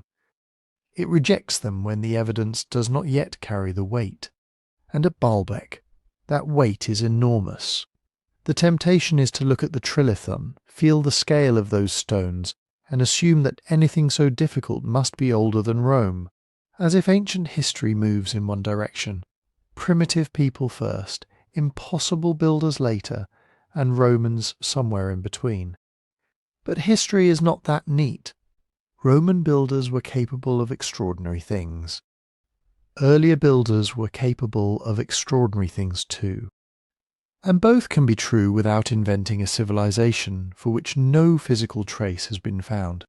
So the honest answer is both satisfying and frustrating. The Roman date for the monumental complex is strongly supported. Earlier phases beneath or within parts of the platform remain a legitimate subject of investigation. But the exact construction history of every lower course, every retaining wall, and every reused foundation is not fully resolved.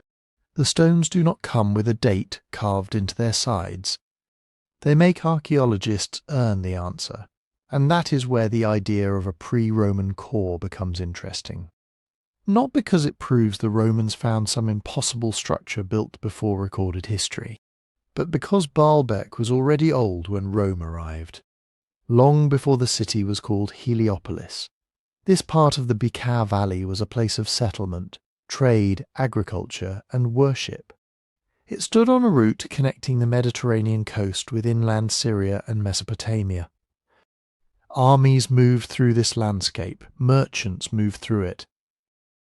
Gods moved through it too, at least in the minds of the people who lived there. The local deity was Baal, a title meaning lord.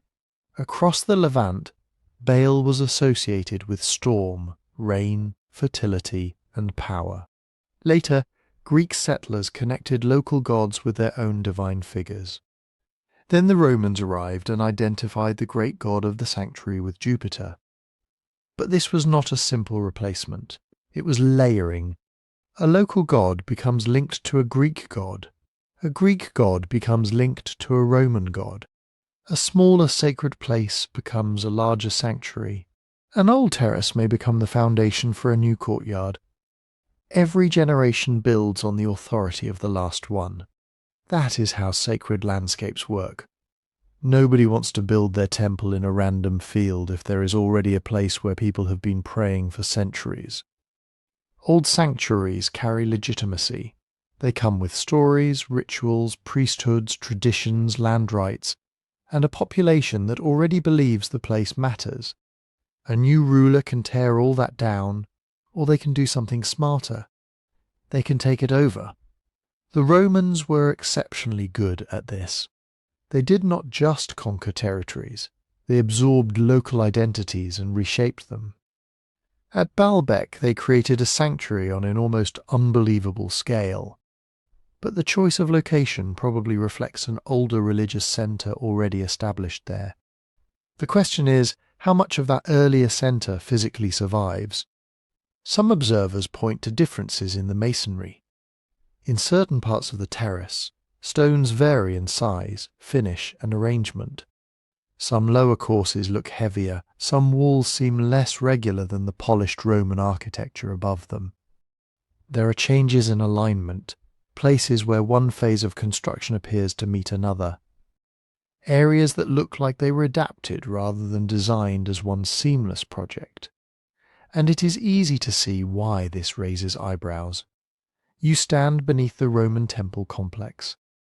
Above you are columns, stairways, carved capitals, and the unmistakable language of imperial architecture. Then you look down at the massive retaining walls. Their blocks can feel older, more severe, almost detached from the decorative world above. Like the Romans built a monument on top of something they did not fully create. That impression may contain part of the truth, but impressions are not dates. A wall that looks different does not necessarily belong to a different civilization. It may belong to a different stage of the same building project. Giant foundation blocks do not need the same fine finish as temple walls, because most of their surfaces were never meant to be seen. A crew building a retaining wall works differently from a crew carving a column base. Different stone sources, different work teams, different budgets, different structural demands. All of that can create visible contrast without requiring a massive gap in time. And then there is reuse. Ancient builders reused everything. A block from an older wall could become part of a newer one. A damaged section could be patched with stones cut in another style. An earlier terrace might be enlarged, buried, reinforced, or incorporated into later foundations. Earthquakes could crack walls. Later builders could rebuild them. Medieval and Ottoman activity could remove stone, alter passages, and add repairs. A site occupied for more than 2,000 years is not a frozen moment from the past. It is a construction site that never completely closed. That matters because Baalbek has been hit by earthquakes more than once. Its stones have shifted, its buildings have fallen, been repaired and been repurposed. The clean visual categories people want, Roman here, prehistoric there, ancient mystery underneath, can dissolve the moment archaeologists start tracing the actual sequence of cuts, fills, repairs and foundations. If you enjoy these moments where a real historical puzzle is more fascinating than the easy answer, the channel's book on 12 unexplained mysteries goes deeper into cases exactly like this. You can find it on the website through the link in the description. Now, the reasonable version of the earlier core hypothesis goes like this. Before the great Roman sanctuary, Baalbek likely contained an important local and Hellenistic sacred precinct. There may have been earlier walls, terraces, shrines, altars, or foundations on the site. Roman engineers may have incorporated parts of that existing landscape into their colossal plan, expanding and reshaping it until the old sanctuary was almost swallowed by the new one. This would not be unusual at Jerusalem, Athens, Rome, Damascus, and countless other ancient cities. Later builders worked over earlier sacred ground. They reused foundations because foundations were valuable. They built on existing terraces because levelling a hilltop or raising a platform took enormous labour. They retained old alignments because sacred architecture is often governed by inherited ritual patterns, not just engineering convenience. At Baalbek, even the orientation of the sanctuary has been discussed in this context. The Roman complex does not exist in a vacuum. Its axes and spatial relationships may preserve choices made before the imperial rebuilding. But alignment alone is tricky evidence. Terrain affects alignment. Roads affect alignment. Existing walls affect alignment. Astronomical theories can be proposed, but without clear supporting evidence, they remain theories. The same caution applies to block size. Yes, the Trilithon is extraordinary. Yes, some stones in the platform are so large that they seem to challenge common sense. But size does not tell us who cut them. It tells us that whoever cut them had the ambition, organisation, stoneworking knowledge, and labour force to attempt something extreme. The Romans had those things earlier. Levantine builders also had impressive traditions of monumental masonry, terracing, temple construction, and quarrying. Hellenistic cities across the eastern Mediterranean were capable of massive architectural projects. The region was not technologically empty before Rome, but there is still a huge distance between saying the Romans may have expanded an older sanctuary and saying an unknown civilization built the giant blocks 10,000 or 50,000 years earlier. That second claim has a problem. Where is everything else? Where are the settlements associated with that civilization? The tools, the pottery, the burials, the roads, the inscriptions, the smaller buildings showing the same engineering tradition, the securely dated layers beneath the platform. A civilization capable of moving 1,000-ton stones would leave more behind than 3 giant blocks in a wall. So far, no evidence supports extreme antiquity at Baalbek. Not no mystery, not no unanswered questions, but no evidence for a lost Ice Age super-civilization, ancient aliens or builders operating before the known development of cities and complex societies. The more cautious possibility remains compelling enough. Baalbek may preserve an older sacred heart beneath its Roman grandeur. A sanctuary remembered, expanded, and partially buried by the largest architectural project the site would ever see. The Romans may not have begun with bare ground. They may have inherited a place already charged with centuries of meaning. But if they did, they transformed it so completely that separating the old from the new has become one of the hardest problems at the site. And the next puzzle makes that problem even harder. Because sometimes the stones themselves look impossibly precise. At Baalbek, the impossible feeling does not come only from weight. It comes from the gaps, or rather, the apparent lack of them. Look closely at photographs of the great platform blocks, and you will often see massive stones meeting along lines so tight they seem almost fused. No visible mortar, no obvious space, just one enormous block pressed against another with a seam that looks thin enough to disappear in shadow. And once people see that, the question changes. Moving a 1,000-ton stone is one problem. But how do you move it into position with enough control that it lands perfectly against another 1,000-ton stone? How do you align surfaces over lengths of 10, 15, even 20 meters? How do you prevent a stone that large from twisting, cracking, or stopping a few centimeters short? This is where Baalbek starts to look less like a building site and more like a magic trick. But the trick is partly in what our eyes are doing. Ancient masons did not lift a finished stone out of a quarry, carry it through the landscape, and drop it into a final position with one flawless attempt. That would be absurdly difficult. Instead, large masonry was usually a process of controlled approximation. A block could be quarried with extra material left on its contact surfaces. It could be moved roughly into position. Then masons could trim, dress, scrape, chip, test, and adjust the surfaces as the stone approached its final place.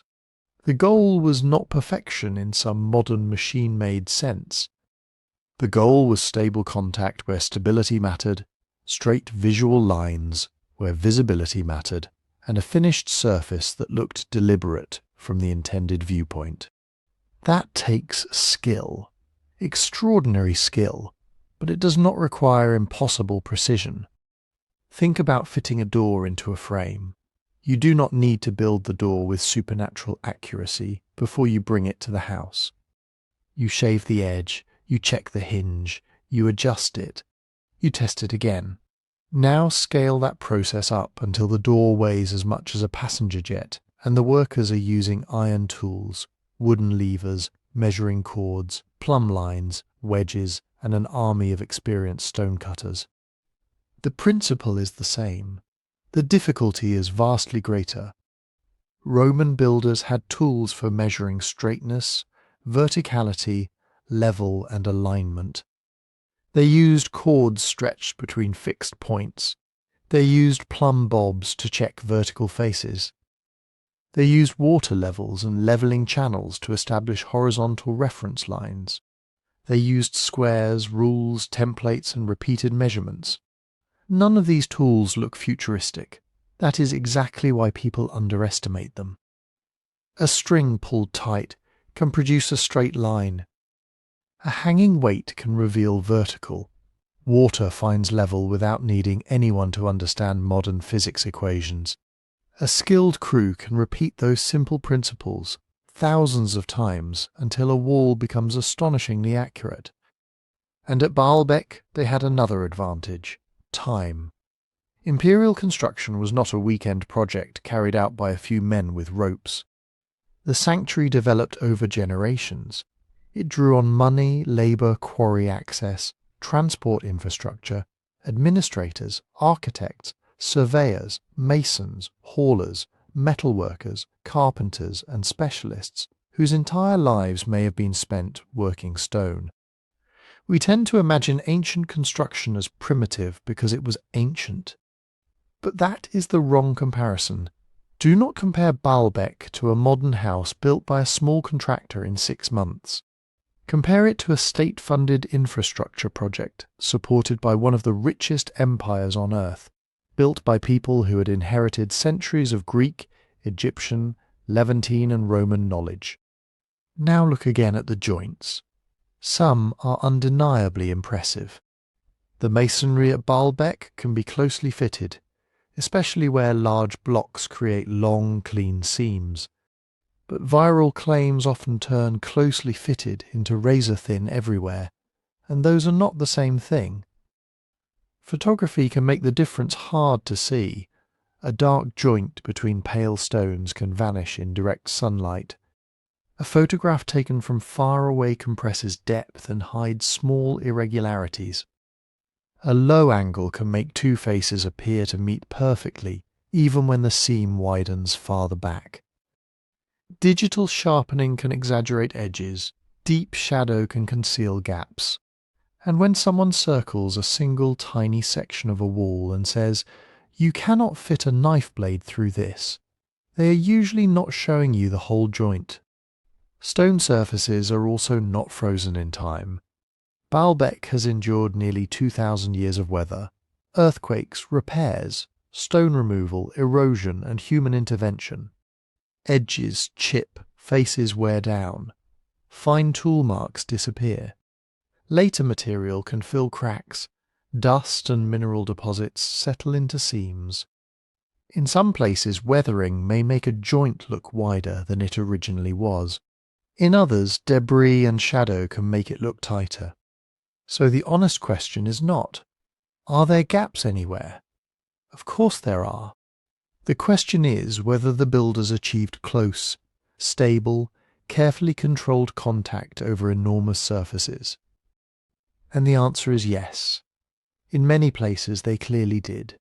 That is impressive enough. In fact, it may be more impressive when we understand how it was achieved, because supernatural explanations turn human accomplishment into a blank space. They replace trained workers with mystery. They replace measurement with magic. They replace patience, planning, and repeated adjustment with the vague phrase, "technology we cannot explain." But we can explain much of it. Not every last detail. Not every specific sequence of placement. Not every tool mark has survived. Archaeology does not hand us a Roman instruction manual titled "How to Fit a 1,000-ton Block." But the methods are visible in the broader world of ancient construction. Quarry marks, lifting bosses, clamp holes, levelling techniques, masonry traditions, transport routes. The same basic engineering logic appears again and again. What makes Baalbek different is not that its stones violate that logic.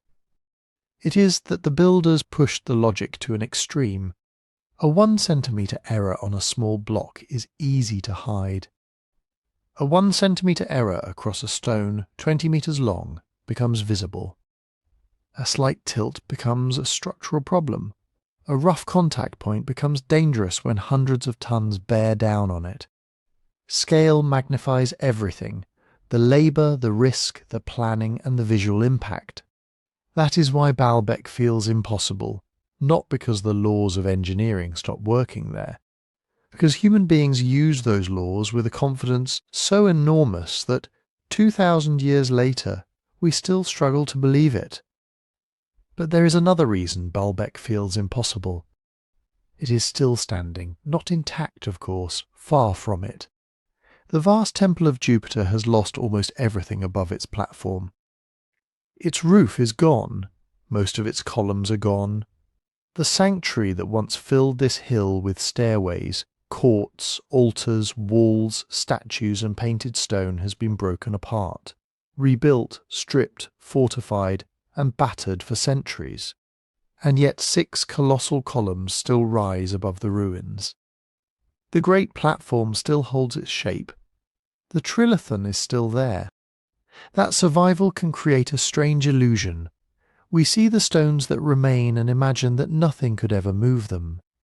But Baalbek has been shaken, damaged, and altered repeatedly. The monument did not survive because it was invulnerable.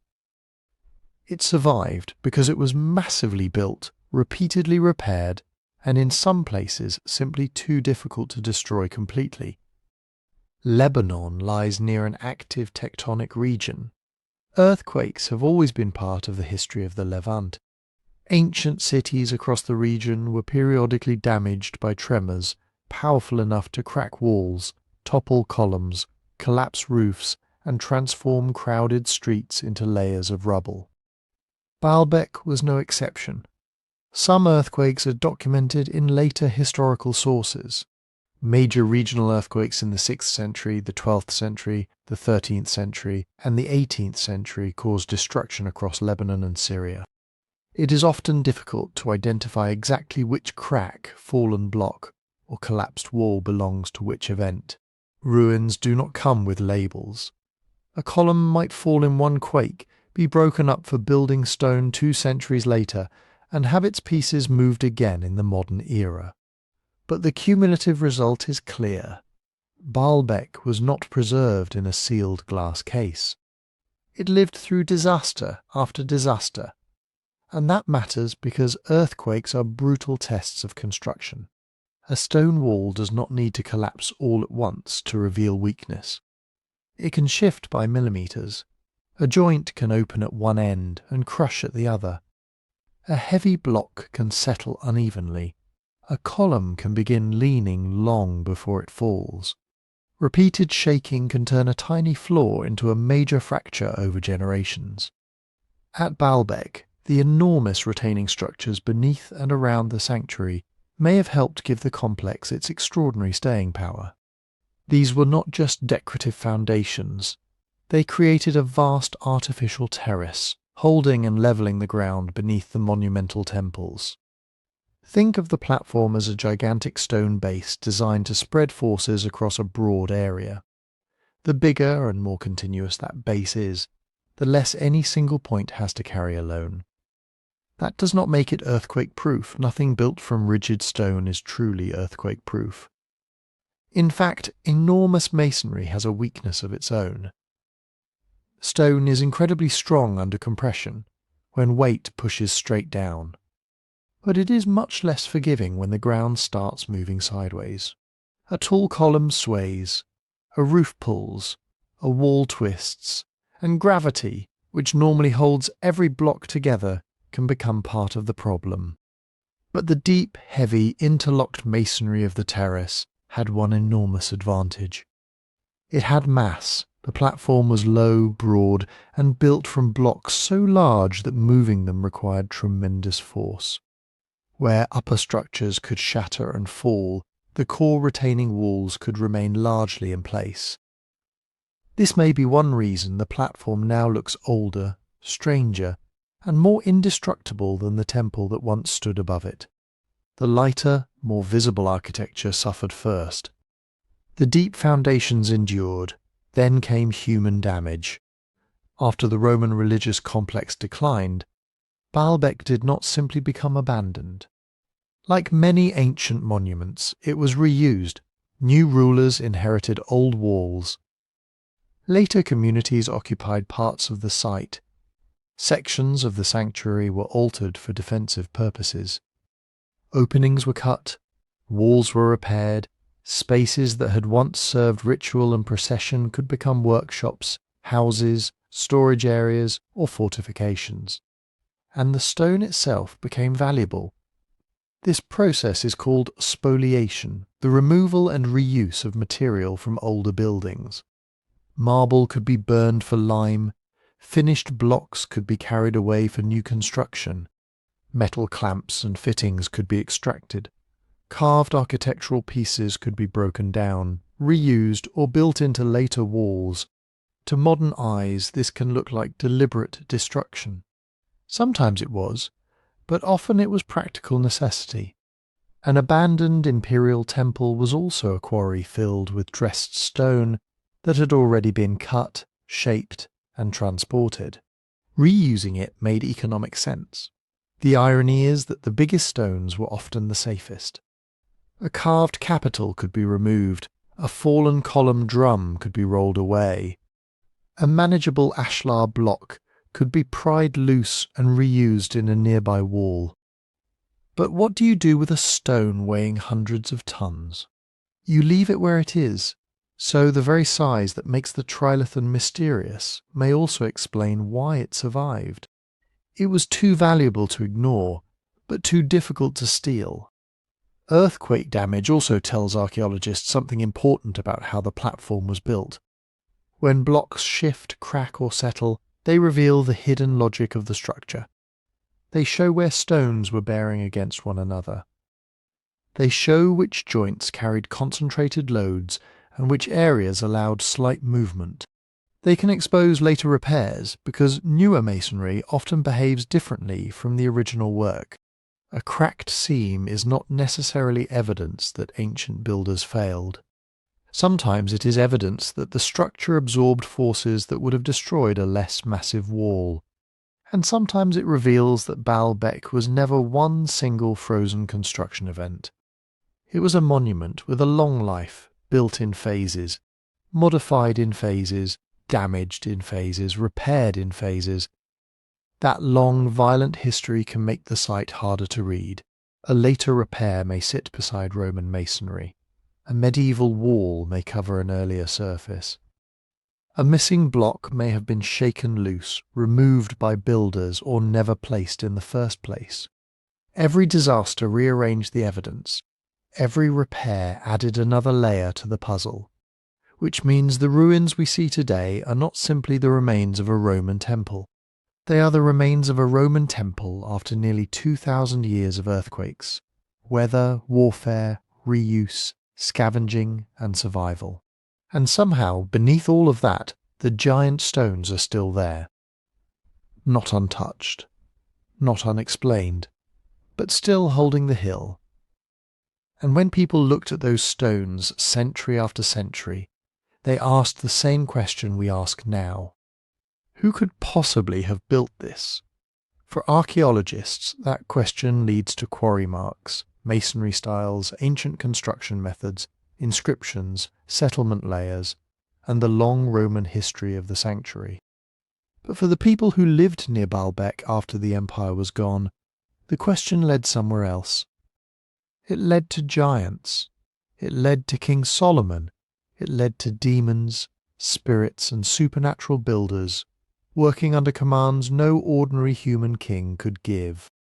This is not unusual. It is what immense ruins do to the human imagination.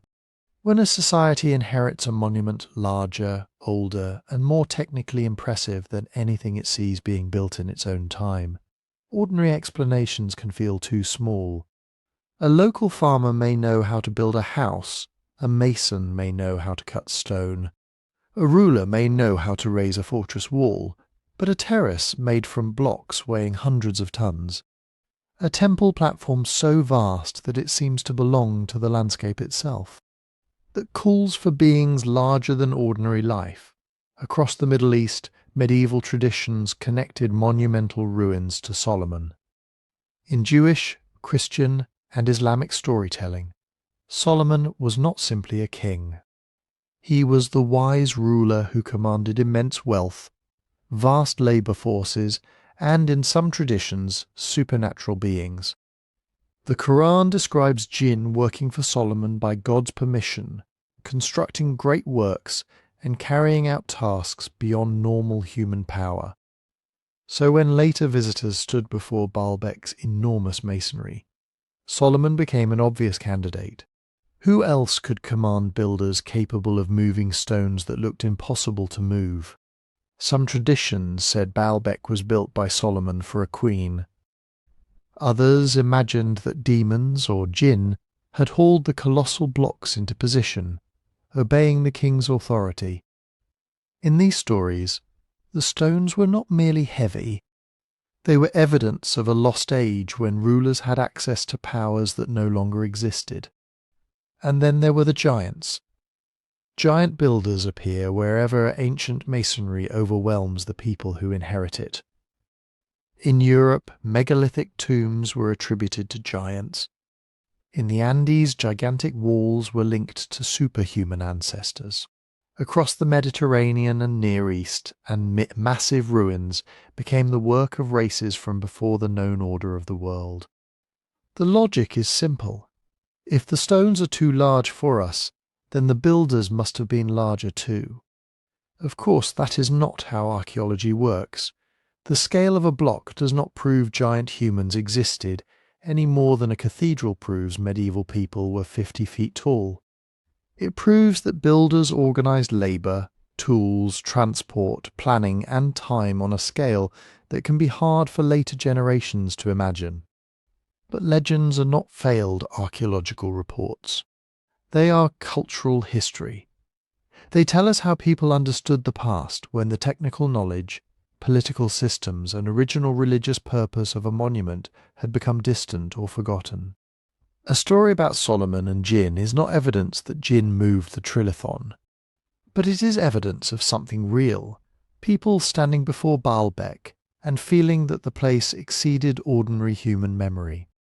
That feeling was amplified by travellers. For centuries, Baalbek sat on routes linking the Mediterranean world, Syria, Anatolia, Mesopotamia, and the interior of the Levant. Pilgrims, merchants, diplomats, soldiers, scholars, and adventurers passed through the region. Some saw the ruins directly, others heard descriptions from guides and local communities. Then they carried the stories outward, and every retelling made Baalbek larger. A traveller would describe columns higher than any building in his hometown.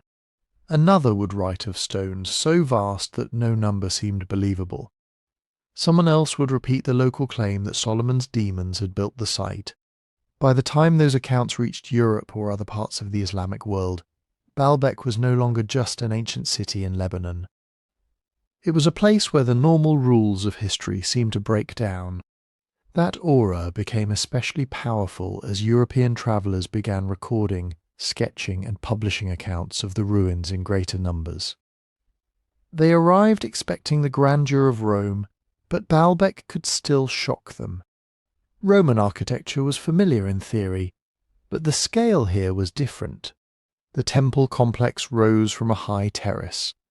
The surviving columns towered over broken walls, and beneath it all were stones that seemed to challenge the limits of human engineering. So they measured, they argued, they exaggerated. They compared Baalbek to the greatest monuments they knew. And sometimes, unable to explain every visible detail, they drifted back toward the old language of wonder.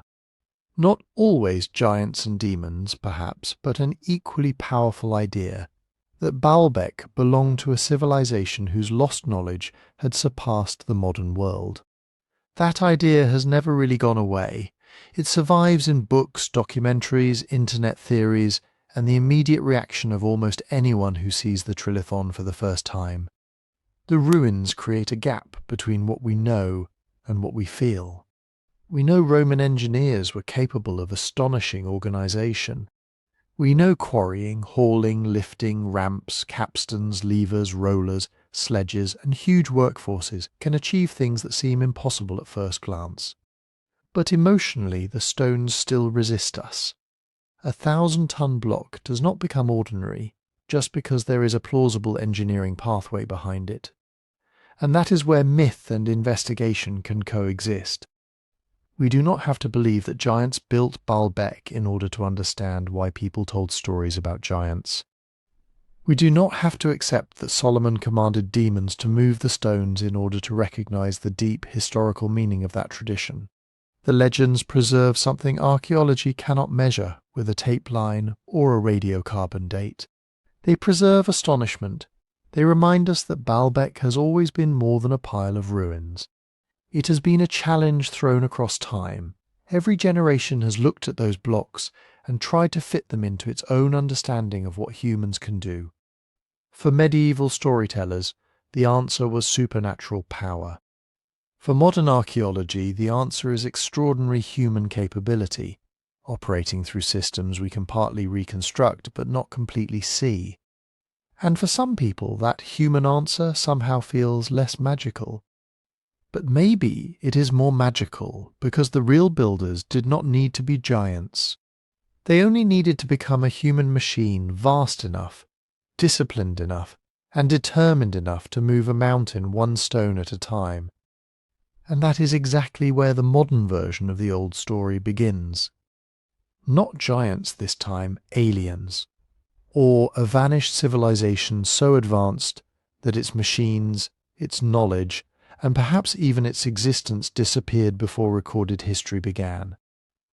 Baalbek appears again and again in ancient alien documentaries, lost civilization books, viral videos, and online threads because it offers the perfect image, stones so enormous that they seem to exceed the abilities of the people history says were there.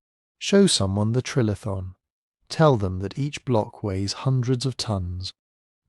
Then show them a stone still lying in the quarry, larger still, abandoned as if its builders had suddenly walked away. The question almost asks itself, could ordinary humans really have done this? And once that question is framed that way, the leap comes quickly. Maybe the Romans did not build the platform at all. Maybe they only built their temples on top of something far older. Maybe the lower stones belonged to a prehistoric civilization, wiped from history by flood, war, climate catastrophe, or some forgotten global collapse. Maybe beings from another world supplied the technology. Anti-gravity. Laser-cutting machines powerful enough to lift mountains. These ideas are dramatic, they are memorable, and Baalbek's scale makes them feel emotionally satisfying. But feeling satisfying is not the same thing as being supported by evidence. The first claim usually begins with weight. The blocks are too heavy. The argument says, therefore they could not have been moved with ancient technology. But that conclusion skips the most important step. Heavy is not the same as impossible. A stone weighing hundreds of tons is an enormous engineering problem. It demands planning, labour, timber, rope, levers, sledges, prepared roads, earth ramps, lifting systems, and a workforce organised with ruthless precision. It may require techniques we cannot reconstruct in every detail. But none of that automatically means the builders needed technology outside the known ancient world. Ancient people moved colossal objects elsewhere too. Egyptians transported monumental stone over long distances. Assyrian kings recorded the hauling of giant sculptures. Greeks and Romans moved columns, obelisks, and architectural blocks of extraordinary weight. In the Roman world, cranes, capstans, pulleys, and lifting towers were not fantasy. They were documented technologies, used by engineers who understood mechanical advantage very well. Baalbek may represent an extreme case, but an extreme case is not proof of an impossible one. Then comes the second claim. The tools are unknown. This one sounds stronger than it is. Of course, many details are unknown. Wood rots, rope decays, Leather disappears, temporary ramps are dismantled, construction yards get buried, reused, quarried away, or destroyed by later building. The very equipment most likely used to shift a giant stone is also the equipment least likely to survive for 2,000 years. So yes, we do not possess a Roman instruction manual titled How to Move the Trilithon. But absence of a surviving manual is not evidence of alien machinery. It is evidence that archaeology is difficult. There is a major difference between saying, "We cannot yet explain every stage of this operation," and saying, therefore, a specific extraordinary explanation must be true. That gap is where speculation often disguises itself as evidence. The third claim goes even deeper. It says the giant foundation blocks must be prehistoric. The Roman temple, according to this theory, was merely a later addition built on top of an older platform made by a lost civilization. Now, this is the part that sounds most tempting, because Baalbek really does contain overlapping histories. The site was sacred before the Roman imperial sanctuary. It had earlier local religious traditions. It was rebuilt, altered, damaged, repaired, and reused across centuries. Archaeologists do debate aspects of the terrace, its construction sequence, and the relationship between different masonry phases. But a debate about sequence is not proof of a civilization before history. For that, we would need evidence with a date, a context, and a clear connection to the supposed builders. We would need tools from a distinct unknown culture. Settlement layers beneath the Roman work, inscriptions in an unrecognized writing system, human remains, pottery, workshops, roads, quarries, or materials that could not be explained within the known history of the region. So far, Baalbek has not produced that kind of evidence. What it has produced is a monumental sanctuary whose most visible surviving construction is deeply tied to the Roman period, built in a region that had already been inhabited, worshipped in, and politically contested for a very long time. That is complicated. But complicated is not the same as mysterious in the way conspiracy theories need it to be. And this is where the internet changes the story. One video says the stones are impossible to move. The next video repeats it, but adds that no tool marks have ever been found. A third claims archaeologists refuse to investigate. Then a fourth announces that the platform has been proven to be 12,000, 20,000, or even hundreds of thousands of years old. By the time the claim has been repeated 1,000 times, it can feel established. People see the same sentence everywhere and mistake repetition for confirmation. But where did the original number come from? Who measured it? What source supports the date? Is the claim based on excavation, publication, and material evidence? Or is it based on someone staring at a photograph and deciding that Roman builders were not impressive enough? The evidence test is brutally simple. What would prove the claim? If aliens built Baalbek, where are the materials, tools, biological traces, inscriptions, or technologies that cannot be explained by humans? If a vanished global civilization built the platform, where is its wider archaeological footprint? Where are its cities, burials, food remains, workshops, trade goods, and layers of daily life? Civilizations do not vanish cleanly. They leave rubbish. They leave broken tools, they leave cooking fires, drainage channels, graves, repairs, accidents, and failed experiments. The larger and more advanced the civilization, the more traces we should expect. A civilization capable of quarrying, transporting, and setting stones on this scale would not leave behind only 3 famous blocks. It would leave a world that does not mean every question about Baalbek is closed. It is not. We still cannot watch the original construction crews at work. We do not know every decision they made, every ramp they built, every team that pulled, lifted, measured, and adjusted the stones. We may never know exactly why some blocks were chosen at such extraordinary sizes, or why the largest quarry stones were abandoned. Those are real mysteries. But real mystery does not give every explanation equal weight. The unknown is not a blank check. Baalbek does not need aliens to be astonishing. It does not need a lost super-civilization to be important. The evidence we have points towards something more demanding, and maybe more difficult to accept. Human beings did this. Not effortlessly, not with magic. Not because every part of the process is obvious to us now. They did it through organisation so vast that it becomes almost invisible when we look only at the finished stone. Through skills passed from quarrymen to masons, engineers to labourers, planners to rulers. Through thousands of decisions, thousands of hands, and systems powerful enough to turn a mountainside into architecture. The alternative theories survive because Baalbek makes human achievement feel too large to be human. But that reaction tells us less about the ancient builders than it tells us about us. We look at the stones and we underestimate what people can do when knowledge, labour, wealth, authority, and time all converge in one place. And Baalbek is not alone. That is one of the most important things to remember when the stones start to feel impossible. Across the ancient world, people repeatedly chose to build at scales that seem irrational to us now. They quarried blocks that weighed more than any practical building needed.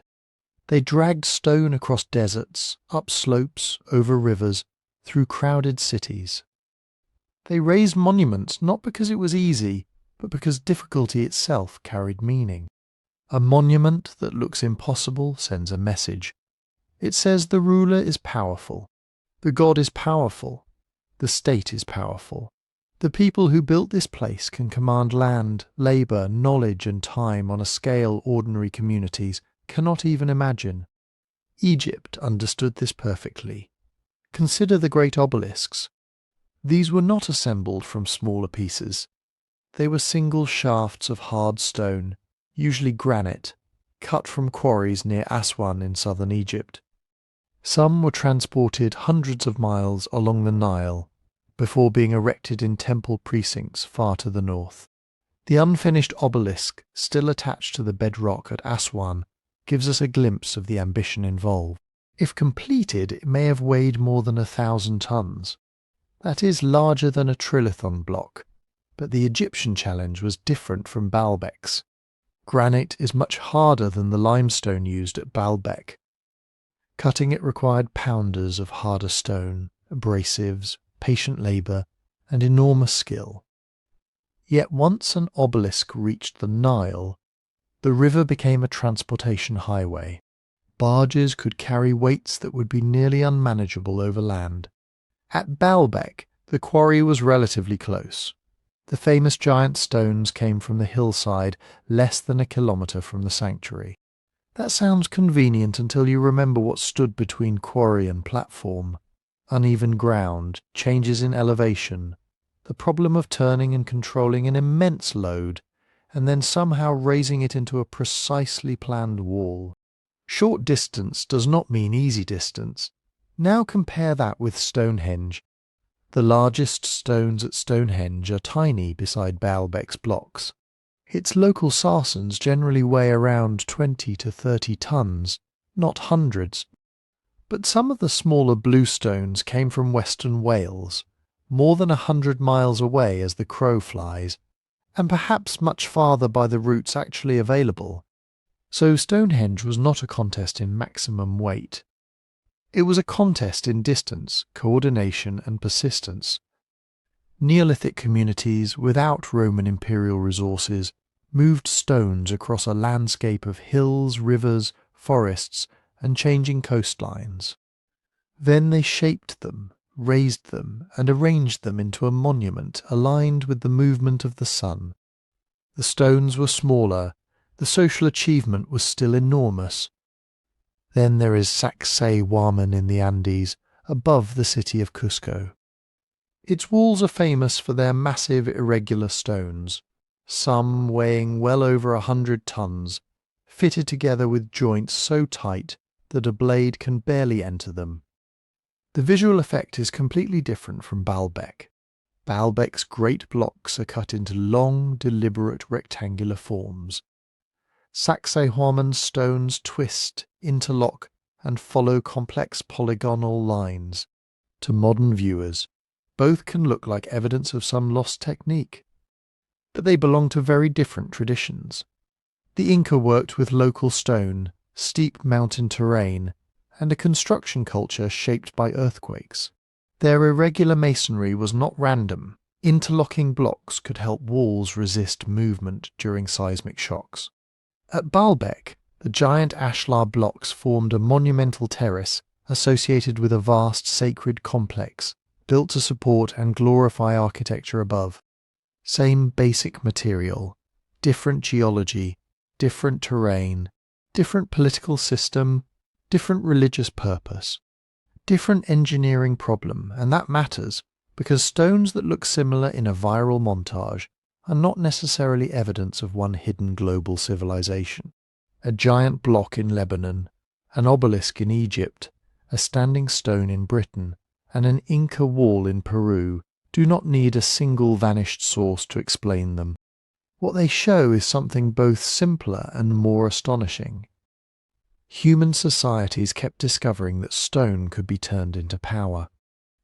Sometimes the goal was a tomb, sometimes a temple, sometimes a ceremonial landscape, sometimes a fortress, sometimes a public statement by an emperor who wanted every visitor to understand exactly who controlled the world. The Romans themselves were heirs to this ancient obsession with scale. They transported columns from Egypt, marble from Greece and Anatolia, granite from North Africa, and stone from quarries across their empire. In later centuries, Roman emperors even had Egyptian obelisks shipped to Rome, where they still stand today. Moving one enormous object was not beyond their imagination. It was a demonstration of empire. But even in this global context, Baalbek remains unusual. Not unique in the sense that no one else ever moved giant stones. Unusual in the particular combination of features. The Trilithon blocks are exceptionally large rectangular building stones. They were placed high within a carefully constructed terrace. They were associated with one of the most ambitious temple sanctuaries in the Roman world. And nearby the quarry preserves even larger blocks that were cut, partly freed, and then left behind. That last detail is crucial. The quarry does not show a civilization that vanished without a trace. It shows the messy reality of construction. Stones could crack, calculations could change. A block that looked possible in the bedrock could become too risky once workers understood its flaws, its weight, or the difficulty of extracting it safely. Failure survives more often than success. The blocks in the wall are the triumph. The blocks in the quarry are the evidence of limits. So when we compare Baalbek with other megalithic sites, the mystery does not disappear. It becomes sharper. Ancient builders were not superhuman.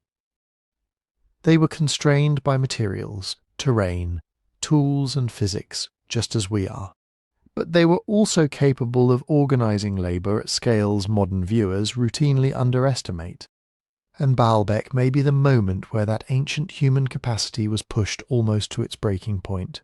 Pushed almost to its breaking point. And that is exactly why we need to stop looking only at the stones. Because a 1,000-ton block does not move itself. It does not emerge from the quarry as a perfect rectangle. It does not find its own route across uneven ground.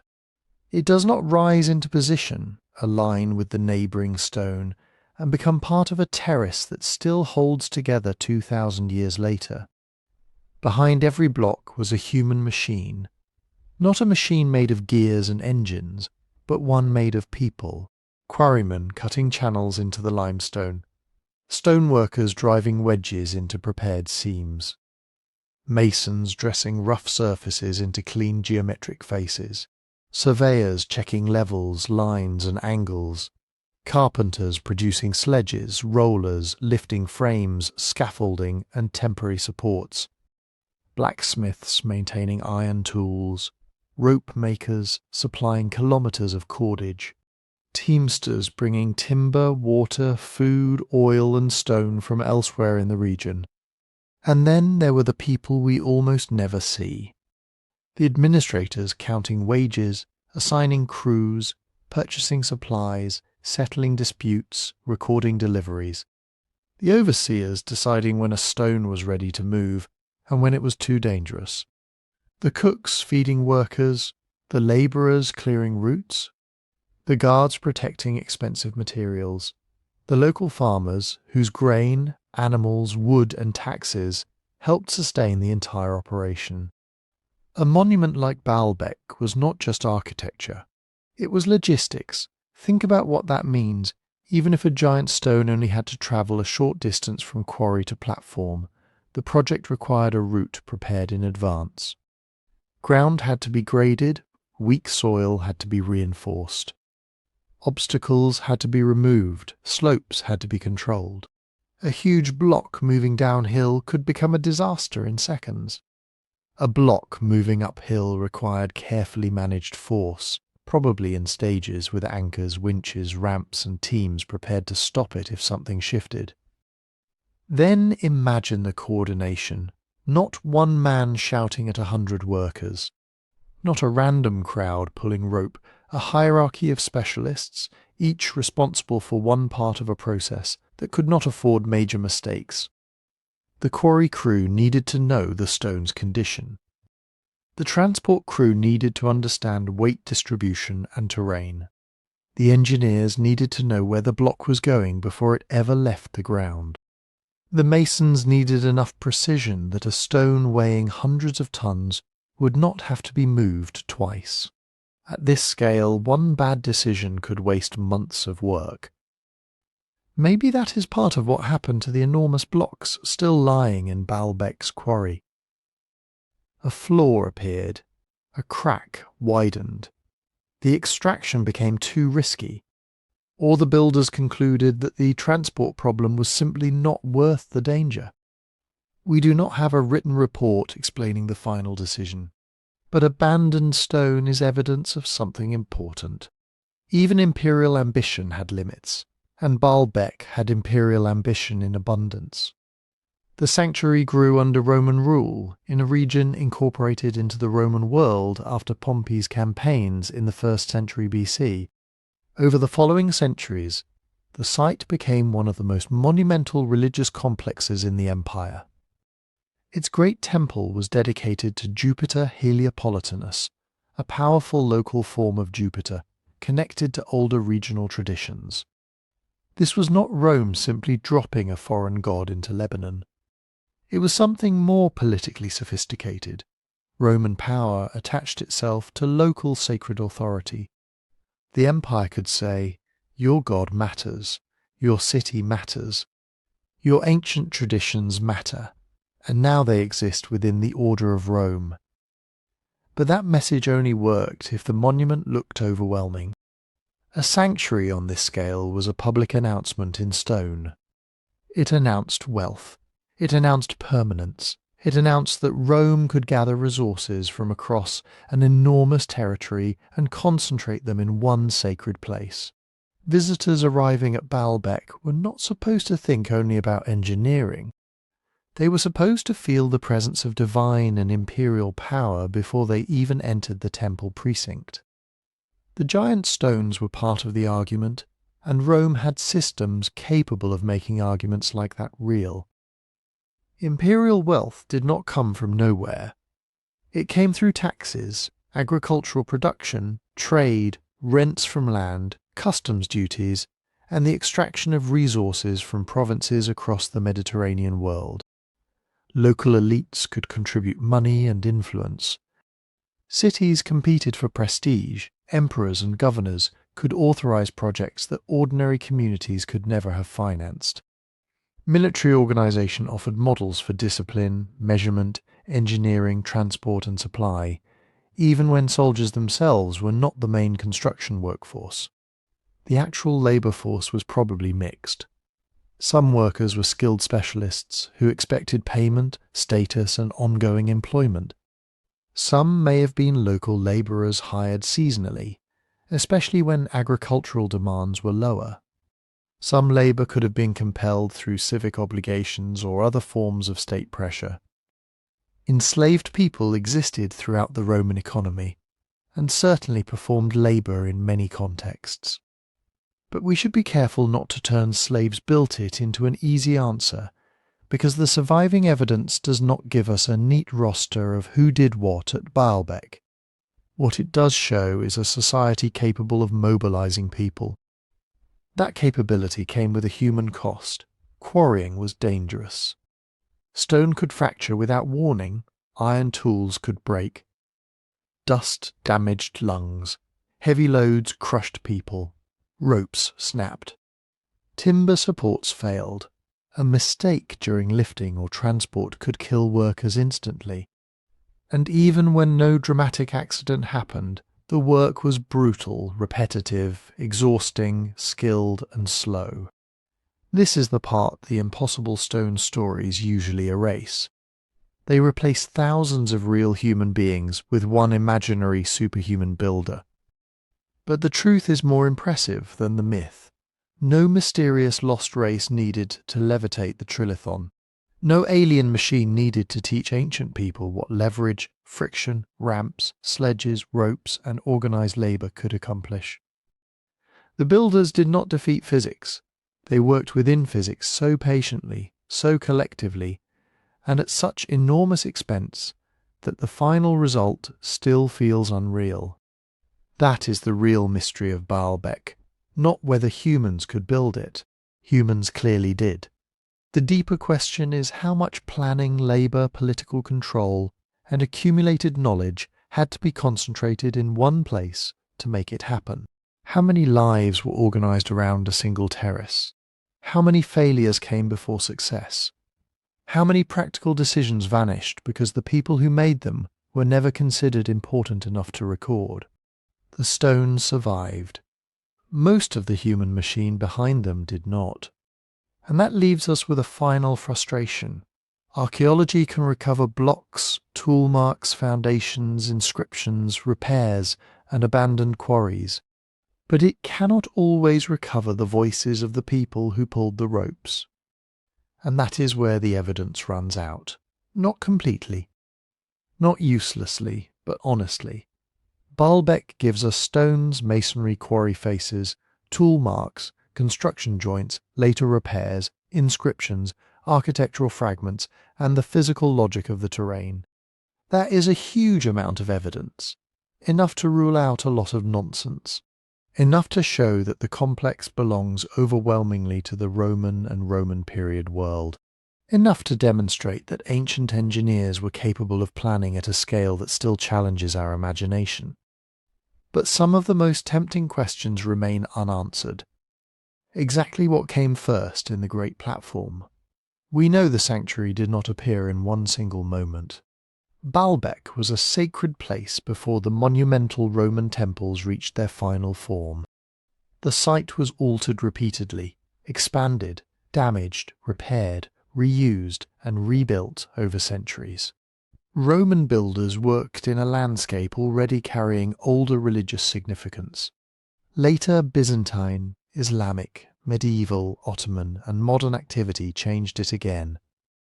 So when we look at the massive foundation blocks, we are not always looking at a clean, untouched construction sequence.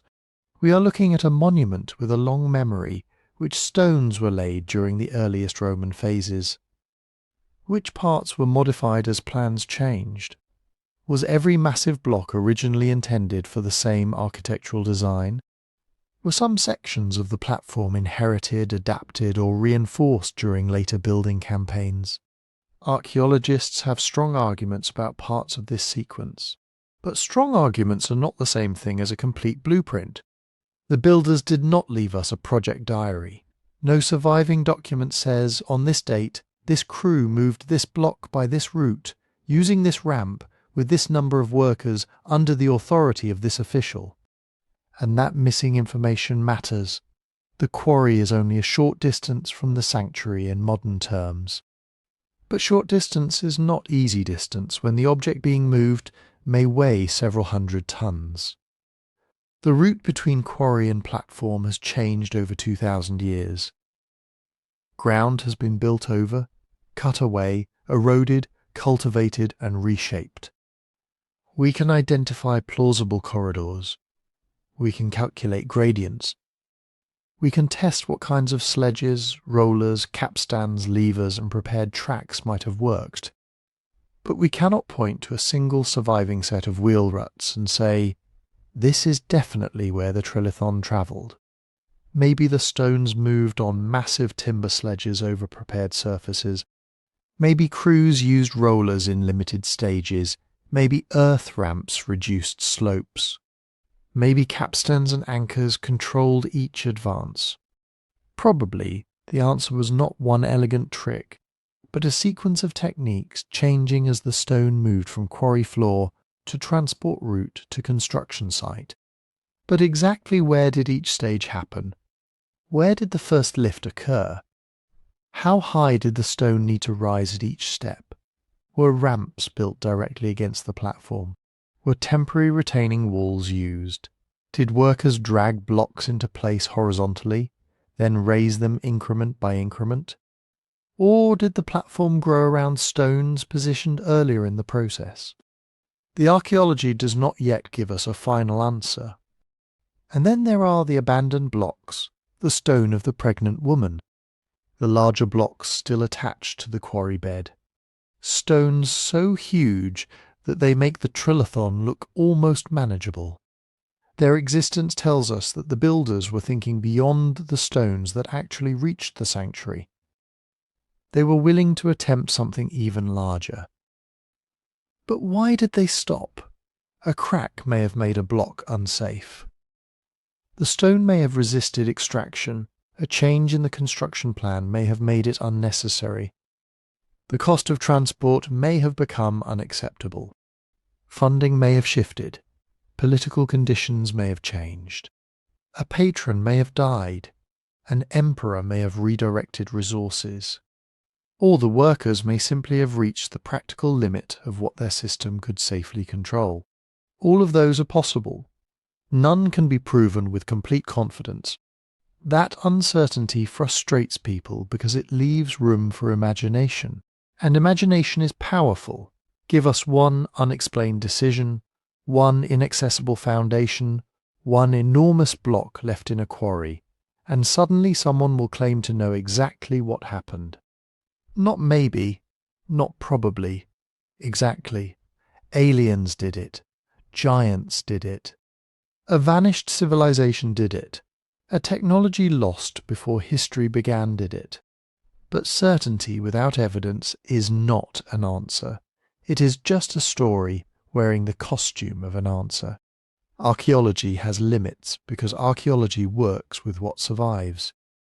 At Baalbek, much of the crucial evidence is buried beneath later structures, hidden within immense masonry or destroyed by time.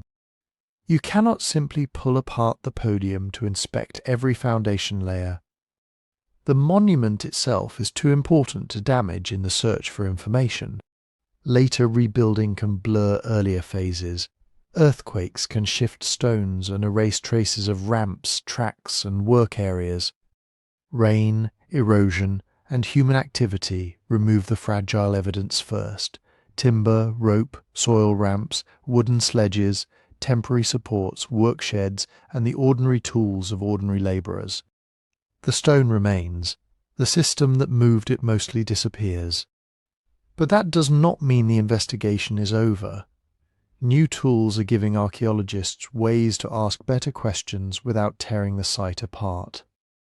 High-resolution laser scanning can map tiny irregularities across enormous blocks. Photogrammetry and 3D modelling can reconstruct slopes, joints, quarry faces and possible transport paths with extraordinary precision.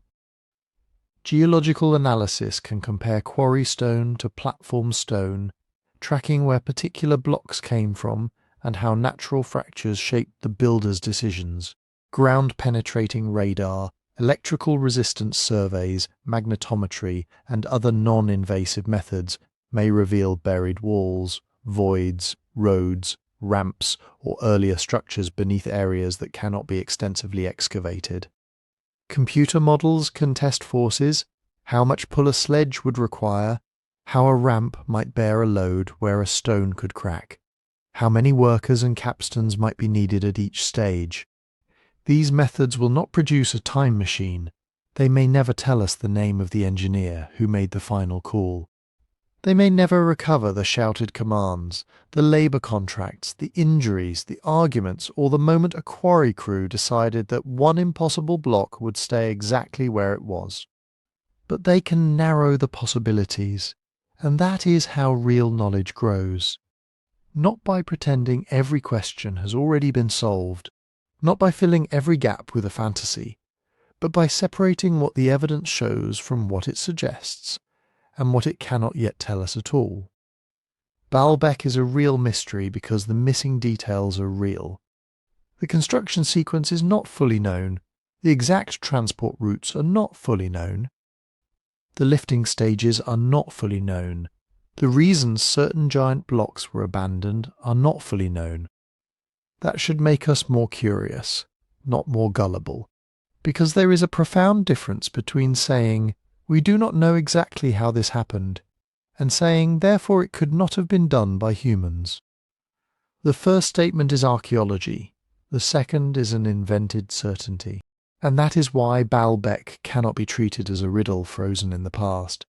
It is not just a collection of giant stones waiting for somebody on the internet to solve it. It is a real place in Lebanon, a place with families, businesses, roads, farms, schools, visitors, archaeologists, conservators, guides, and generations of people who have lived with these ruins as part of the landscape of everyday life. Since 1984, Baalbek has been recognized as a UNESCO World Heritage Site. That designation matters. It acknowledges that the temple complex is not only important to Lebanon or to the history of the Roman Empire, but to the shared cultural heritage of the world. But World Heritage status is not a force field. It does not stop rain from entering cracks. It does not prevent earthquakes. It does not keep pollution from settling onto ancient limestone. It does not automatically provide unlimited funding, permanent security, or an answer to every conservation problem. And Baalbek has many problems to manage. The first is time itself. The same limestone that made these structures possible is vulnerable. Wind carries dust across its surface. Rainwater works its way into joints. Seasonal cycles of heating and cooling cause stone to expand and contract. Tiny fractures become larger ones. Mortar weakens. Carved details soften. What looks permanent from a distance is actually changing, grain by grain, year by year. Then there is seismic risk. Lebanon sits in a region shaped by active geological forces, and Baalbek has experienced earthquakes throughout its long history. The ruins survived because they were built with extraordinary mass, careful engineering, and in some places, later repairs. But survival is not the same as invulnerability. A powerful earthquake does not need to topple an entire temple to do serious damage. It can shift a block by a few centimetres, loosen a column drum, open a crack in a wall, or destabilise masonry that has stood in a delicate balance for centuries. Modern pollution adds another pressure.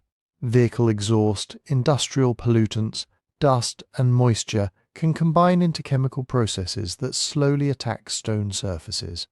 The damage is often quiet, no dramatic collapse, no single day when the monument suddenly looks different. Just a gradual loss of material, especially in the fine carvings that once made the temples as famous for detail as they are now for size. And then there is the paradox of tourism. Baalbek needs visitors. Visitors bring attention, income, and political reasons to invest in protection. They remind the world that this place matters, but every large number of visitors also creates pressure. Foot traffic wears down paths, crowds constrain fragile areas. Nearby development changes drainage, vibration, and access. The challenge is not to lock Baalbek away from humanity. That would turn a living heritage site into a sealed museum object. The challenge is to let people encounter it without slowly loving it to death. Conflict has made that challenge even harder. Lebanon's modern history has been marked by periods of instability, economic crisis, and regional conflict. Cultural sites do not exist outside those realities. When a country faces urgent human needs, preservation budgets can shrink. When security becomes uncertain, tourism falls. When communities are under pressure, long-term conservation can seem like a luxury. But it is not a luxury. Places like Baalbek are part of what gives a society continuity. They are evidence that the landscape has a memory deeper than any one crisis. Preserving them does not mean worshipping the past. It means refusing to let the past be erased, and preservation cannot stop at the temple walls. The quarry matters too. Those unfinished blocks, still connected to the ground or abandoned in place, are not side attractions. They are part of the evidence. They show the scale of the ambition. They preserve clues about extraction, natural fractures, tool use, and decisions that were never written down. If the temple platform is the finished sentence, the quarry is the rough draft. You need both to understand the story. The landscape between quarry and sanctuary matters for the same reason. That ground may once have contained transport routes, staging areas, ramps, work zones, water sources, and temporary infrastructure. Most of it is gone or hidden beneath later activity. But preserving what remains protects the possibility that future research may find another piece of the construction puzzle. Because archaeology is not only about what we know now, it is also about what we choose not to destroy before better methods arrive. And this is where perspective becomes important. Most people first encounter Baalbek through photographs, a traveller standing beside a block, a drone shot of the temple complex, a close-up of the Trilithon with a dramatic caption claiming that no human civilization could possibly have made it. But photographs can lie without meaning to. A wide-angle lens can make a stone look even larger than it is. A close-up can remove the human figures, pathways, walls, and surrounding terrain that explain its position. A drone view can flatten slopes and hide the short, though still difficult distance between quarry and sanctuary. A single image can make Baalbek look isolated in an empty wilderness, when it has always been part of a busy cultural landscape shaped by settlement, religion, empire, trade, conflict, and reuse. The stones are enormous. They do not need camera tricks to be impressive. But scale without context becomes mythology very quickly. So was Baalbek built before history began? No, not in the sense implied by the mystery. The monumental temple complex and its great platform belong overwhelmingly to the Roman period development of a much older sacred site. There is no credible evidence that it was built by an unknown civilization before recorded history, by giants, or by visitors from another world. But that answer should not feel disappointing, because the real story is stranger than the myth in one important way. Human beings did this. Human beings looked at a mountain of limestone, cut blocks weighing hundreds of tons, moved them across difficult ground, raised them into a platform, and built one of the largest religious monuments of the ancient world above them.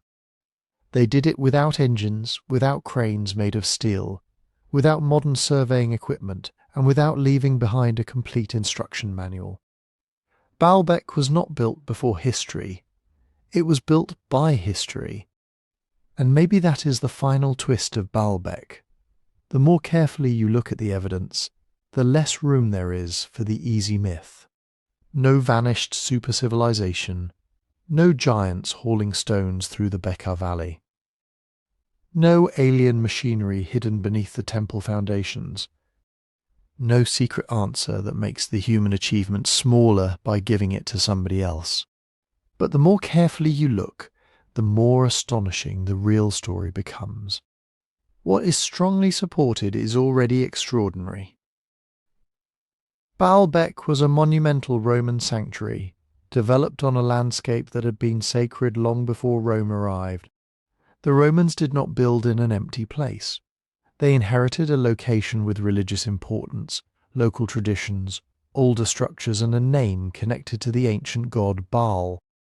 Then they transformed that place on a scale almost difficult to comprehend.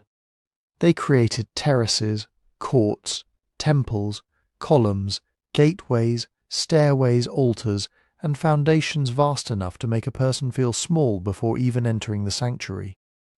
The Temple of Jupiter was not simply a building, it was a statement of religious power, imperial wealth, engineering confidence, and the ability of Rome to organize labour on a colossal scale. And beneath that statement sits the platform.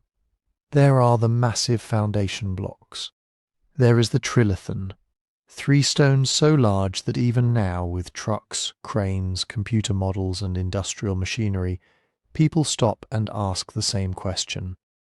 How were they cut so cleanly? How were they moved? How were they raised? How were they placed with such control into a wall where mistakes would have been almost impossible to correct?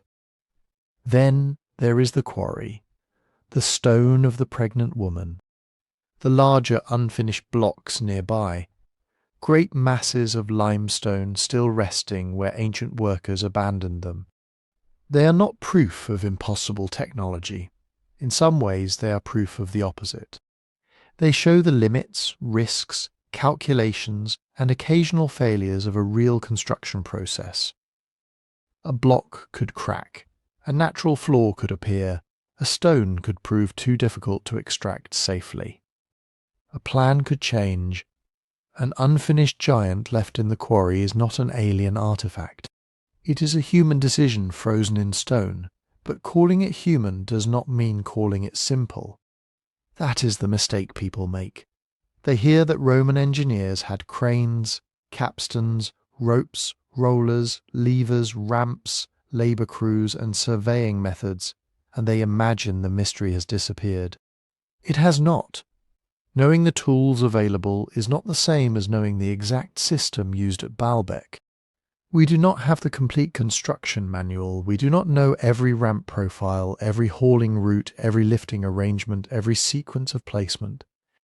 We do not know how many people pulled on which ropes, where temporary structures stood, or how the work was coordinated day after day, season after season, perhaps generation after generation.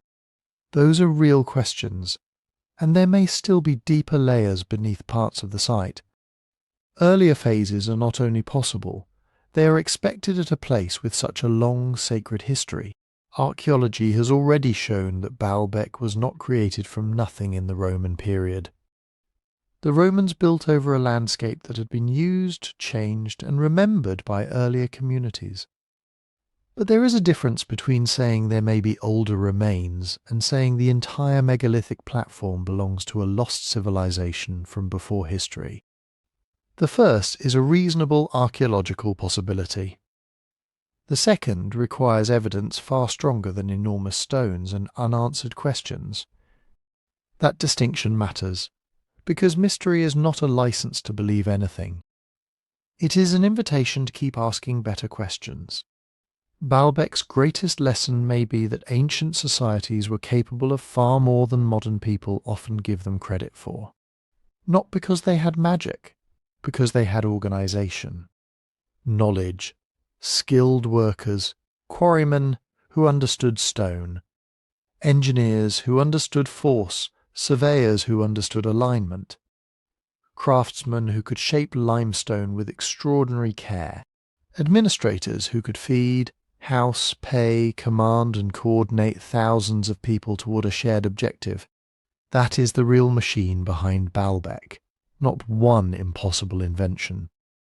Not one supernatural secret, a human machine made of planning, labour, memory, discipline, faith, ambition and time.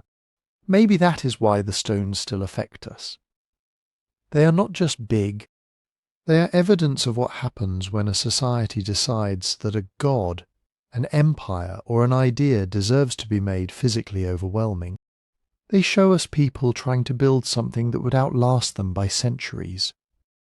And against earthquakes, conquest, abandonment, reuse, and the slow grinding force of weather, much of it did. So the mystery remains.